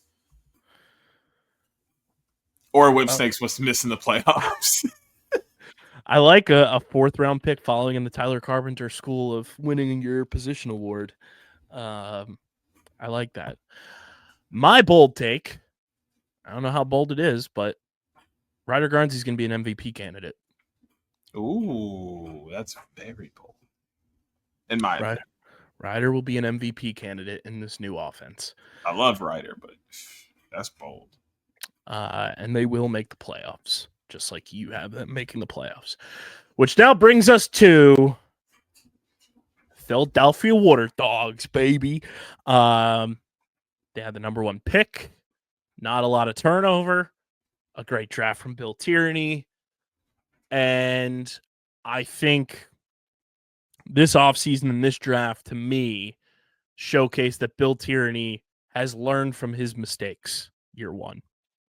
I think he went into coaching the PLL thinking he could do a lot of the same things he did in college, and that just wasn't the case. This team is still very much intact from what it was 2 years ago when they were competing for a title, 3 years ago now when they won a title, and it was still very much intact from what that was last year. Just they lost 6 one-score games. That doesn't always happen in the PLL. That is just like unfortunate luck through and through. You still have Michael Sowers. You still have Kieran McCardle. You still have Jack Hanna. It's unfortunate that you don't have Zed Williams, but you added CJ Kirst. You added players in this draft that are only going to elevate what this team is going to be able to do. You added Jake Taylor, who will supplement for Ethan Walker going on the holdout list. You added Ben Weyer in the second to last pick in the 3rd round. You drafted Jimmy Freehill. This team is uber. Dylan Hess gets drafted as well to the short stick D-mid group. This team is wildly talented. They're in win now mode. You have one of the best goalies on the planet. You have the best backup goalie on the planet, in our opinion, in Matt DeLuca. I think a lot of it is going to be predicated on getting possessions for this offense. Stathik is taking another step forward, and this coaching staff kind of not getting in their own way and letting these guys be who they are, showcase their talents, play loose. And I think that was as the Water Dogs started losing last year and it didn't turn around for them when it normally would. They're a team that perennially starts slow. When it didn't start to turn around for them, you could tell they were gripping their sticks tight. They were playing super tense. And I think now that they know Tierney and Co.'s coaching style, Tierney and Co. know their playing style, it's only going to benefit them in year 2. And I mean, I'm wildly excited for this year. And I think Bill Tierney will take what he learned last year, a lot of the mistakes that were made, fix them or correct them, and we're going to see the Water Dogs return to being the institution that they've been since the first full year of them existing in 2021. You eliminate the bubble, obviously that's an outlier type of situation, but from 2021 to 2023, the Water Dogs were up there with the Archers and the Whipsnakes as a team that perennially was competing for championships, being one of the best teams in the league. Last year, I think, was such an outlier, and I think they get back to form this year. And I think they're going to make a lot of noise in 2025. Yeah, I think I said this 1,000 times that they didn't have any holes. They just didn't have a great season last year. I think they're going to bounce right back. They have literally every piece they could possibly need. They do have some injuries that aren't great, but the backup pieces that they have will slot in just fine, and may even play themselves into a starting spot moving forward. Like the way this team is built and the depth of it is probably the biggest strength of this team. They are excited to play again. They are excited to try and get back to the championship game, excited to try and lift that trophy again. Being champions once, you know what it feels like. You've been there before. You know the grind. You just want to try and replicate that feeling. So they do have that in their back pocket, and they just went and added more strengths to this team through the draft and free agency. So I don't really see anything that can get in the way of the Water Dogs other than themselves and injuries again. Yeah, I mean, they brought most of their free agents back. The only guys that were not signed yet, Jake Higgins and Jake Richard. Obviously, Jake Richard has been coaching, so I don't know if that was a decision for him to hang it up, and it just hasn't been announced yet. But every single free agent that they had, they're back. And they obviously signed Jack DiBenedetto in free agency as well. I'm excited for this team. I think they're going to be so goddamn fun. And the options for them are limitless on offense.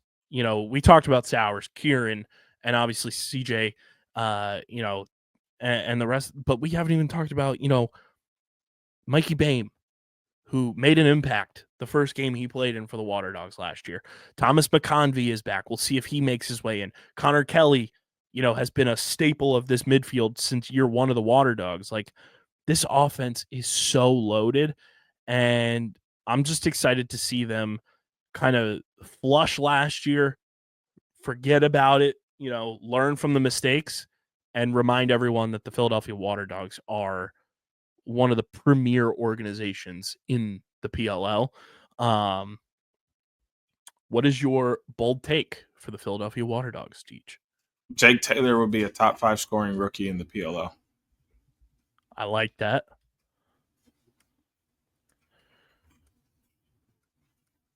And we already know Deej has the Water Dogs in the playoffs. Yes, I do. My bold prediction for the Philadelphia. Are you ready for this, Deej? This might be my most bold prediction. Bill Tierney wins Coach of the Year. It's fitting that both of our most bold predictions are for our own teams. Very Bill fitting. Tierney wins Coach of the Year. Okay. And that is the thing on his resume that's just he collected all the Infinity Stones of lacrosse. And obviously you want to see him win a championship too, but to be the icon of college lacrosse coaching and then come into the PLL, struggle mightily for the first time in his coaching career, really, and then bounce back and win Coach of the Year, I think that would be one hell of a thing for his resume of his career. Bill Tierney wins Coach of the Year in the PLL in 2025. And obviously, I have the Water Dogs in the playoffs too, based on my prior takes. I love it. I think next week we will do our MVP and champion because it'll be in the same vein. It'll be before the games and everything. But I like these takes. I'm gonna have to make a hell of a lot of graphics with these just to showcase our bold predictions for the 2025 PLL season. Which, Deej, it brings us to everyone's favorite weekend in college lacrosse. It's Final Four weekend, and it's brought to you by our friends. MDW. It's brought to you by our friends at 47. Guys, we love 47 here at Underground Sports Philadelphia. It's my go-to hat of choice. I have an entire table here, desk set up. Deej has been here. Deej, right now, everywhere, like in front of where you would sit when you're in studio, is just littered with 47 hats of all kinds right now. I've got them everywhere. I love the hitch style. It is truly my go-to hat anytime I'm out and about. I'm kicking it at the crib. I love 47. They're dropping new hats, new apparel, literally every single week. I have like 5 hats bookmarked right now that I need to add to my collection. Upgrade your hat collection, your apparel collection. Check out all the teams that are in the Final Four in the college tab section and join the 47 family. So you get free shipping on all orders when you use our link in the description. Again, get free shipping on all orders when you join the 47 family and shop 47 with our link in the description. And we thank 47 for being a proud partner of the podcast. Deej, break it down. It's Memorial Day weekend. Yeah, How we it's feeling? it's Memorial Day weekend, and we're gonna start talking about the fact that for the first time, we are getting both men's and women's D1 championships in the same place. That is absolutely fantastic. Everyone who's going to be in attendance, please enjoy that. Now, all we got to do is move the D2 and D3 games over as well. And now we have all 3 levels playing their championship games on the same day in the same place on the same weekend. It would be electric for lacrosse. So starting with the women, down in D3 land, the semifinals are happening tomorrow, Friday. Middlebury and Colby, Tufts and Gettysburg.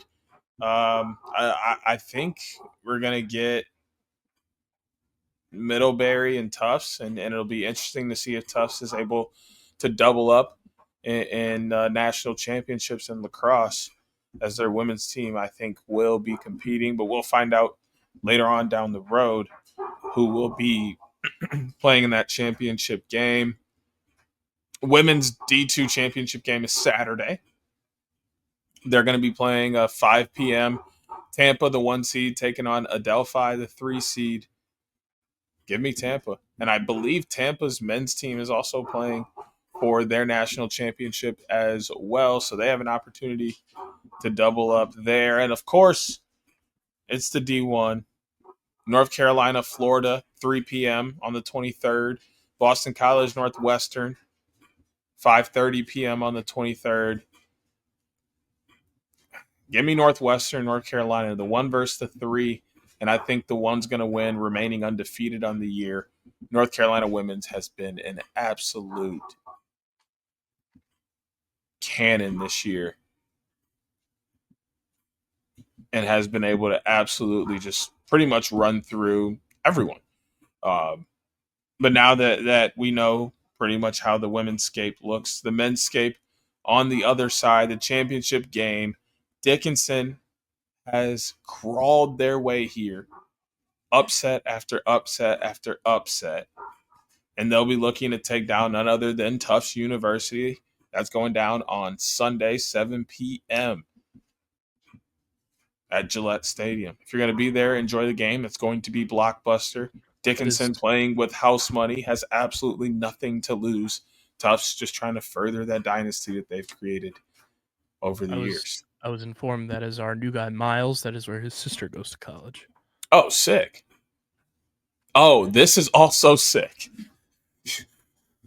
You will not guess which two teams are playing in the D2 Men's National Championship game. Tampa. Yes. And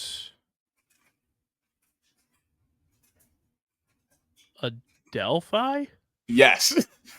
Who are also playing in the Women's Championship game. It is a complete rematch in that game. Both Tampa and Adelphi are 1 seeds in the men's D2 tournament, so they'll be meeting on Sunday at 4 p.m. for a chance to lift the trophy. Both those schools going to be looking to double up between the D2 lacrosse championships. And, of course, D1, we know what's popping. Maryland and Syracuse, 2:30 p.m. on Saturday. I would love to see Cuse take down Maryland. Y'all know how my Maryland hate gets. It ain't going to change anytime soon, but I would not be surprised to see Tillman do his thing and get back to the championship game again. But I think Cuse is stacked. I think they're hungry, and I think they want to prove a lot of people wrong, especially Joey, who's literally just a kid trying to play the sport he loves and is balling out while doing it. The hate is unnecessary. Give me Cuse to play on Memorial Day. And, of course, on the other side, on Saturday at noon, Cornell taking on Penn State. Give me Cornell. This is also hate against Penn State. As a Michigan fan, I could care less for Penn State, honestly. I would love for the Big Ten to win a championship because it proves that the Big Ten lacrosse is still good. But at the end of the day, I don't want either one of those teams to really win a championship. Give me John Hopkins. Give me John Hopkins. Give me Michigan. Give me Rutgers. Cool. The other three, keep it pushing. I could really care less. But I think I got Cornell Cuse. I could withstand Cornell Maryland, but I think Cornell wins the national championship regardless. Either way, enjoy a beautiful weekend of college lacrosse as it all comes to a close. I do have one last bit of breaking news here, Deej. It's a good one. It's a good one. According to Jerry Raganese, a white whale guest of this show, he has reported that the Utah Archers, via a screenshot from the Utah Archers roster update, the Utah Archers have signed Skibbity Toilet to their training camp roster. Yo, he's ridiculous. Incredible. Jerry, He makes lacrosse Twitter great. Jerry, come on the pod, please. Please. We've only been trying for the past 4 years. That is all we've got for you on this one. I know it's been a little longer episode, but a fun one nonetheless. Make sure you guys are following us on the socials at OTB Lax Pod across the board. Follow DJ at SCS_next great. Follow me, KBIZZL311. Follow Hoots at Hoot Sports Media. Subscribe to the pod, subscribe to the pod, subscribe to the pod, Apple, Spotify, or wherever you get your podcasts in audio form. Subscribe to the Underground Sports Philadelphia and Outside the Box Podcast YouTube channels. Leave a like on the video. Drop a comment in the comment section. Click that bell icon so you know whenever new videos go live. Sound off on the How We Live in hotline this weekend, whether it's NLL, PLL, college. Get your takes and thoughts off on the OTB voicemail line, the How We Live in hotline, speakpipe.com/OTBLaxPod. We will react to them on next week's show. And the voicemail line, we want that thing pumping all PLL season long. Leave us a voicemail, speakpipe.com/OTBLaxPod. Also, check out Shootout For Soldiers website, shootoutforsoldiers.com/events. Find out how to register, donate, volunteer, get involved throughout their 2025 season. It's linked in the description, shootoutforsoldiers.com/events to find out more information. And this has been episode number 376 of the award-nominated, honorably mentioned, number 9 NCAA, number 11 Philadelphia ranked Outside the Box podcast, the official lacrosse podcast on the Underground Sports Philadelphia Podcast Network. For Deej, I'm KB. Enjoy Game 3 of the NLL Finals. Enjoy Memorial Day weekend. And let's get ready for another PLL season. But until next week, we're getting the heck up out of here. We're signing off. Peace. Peace.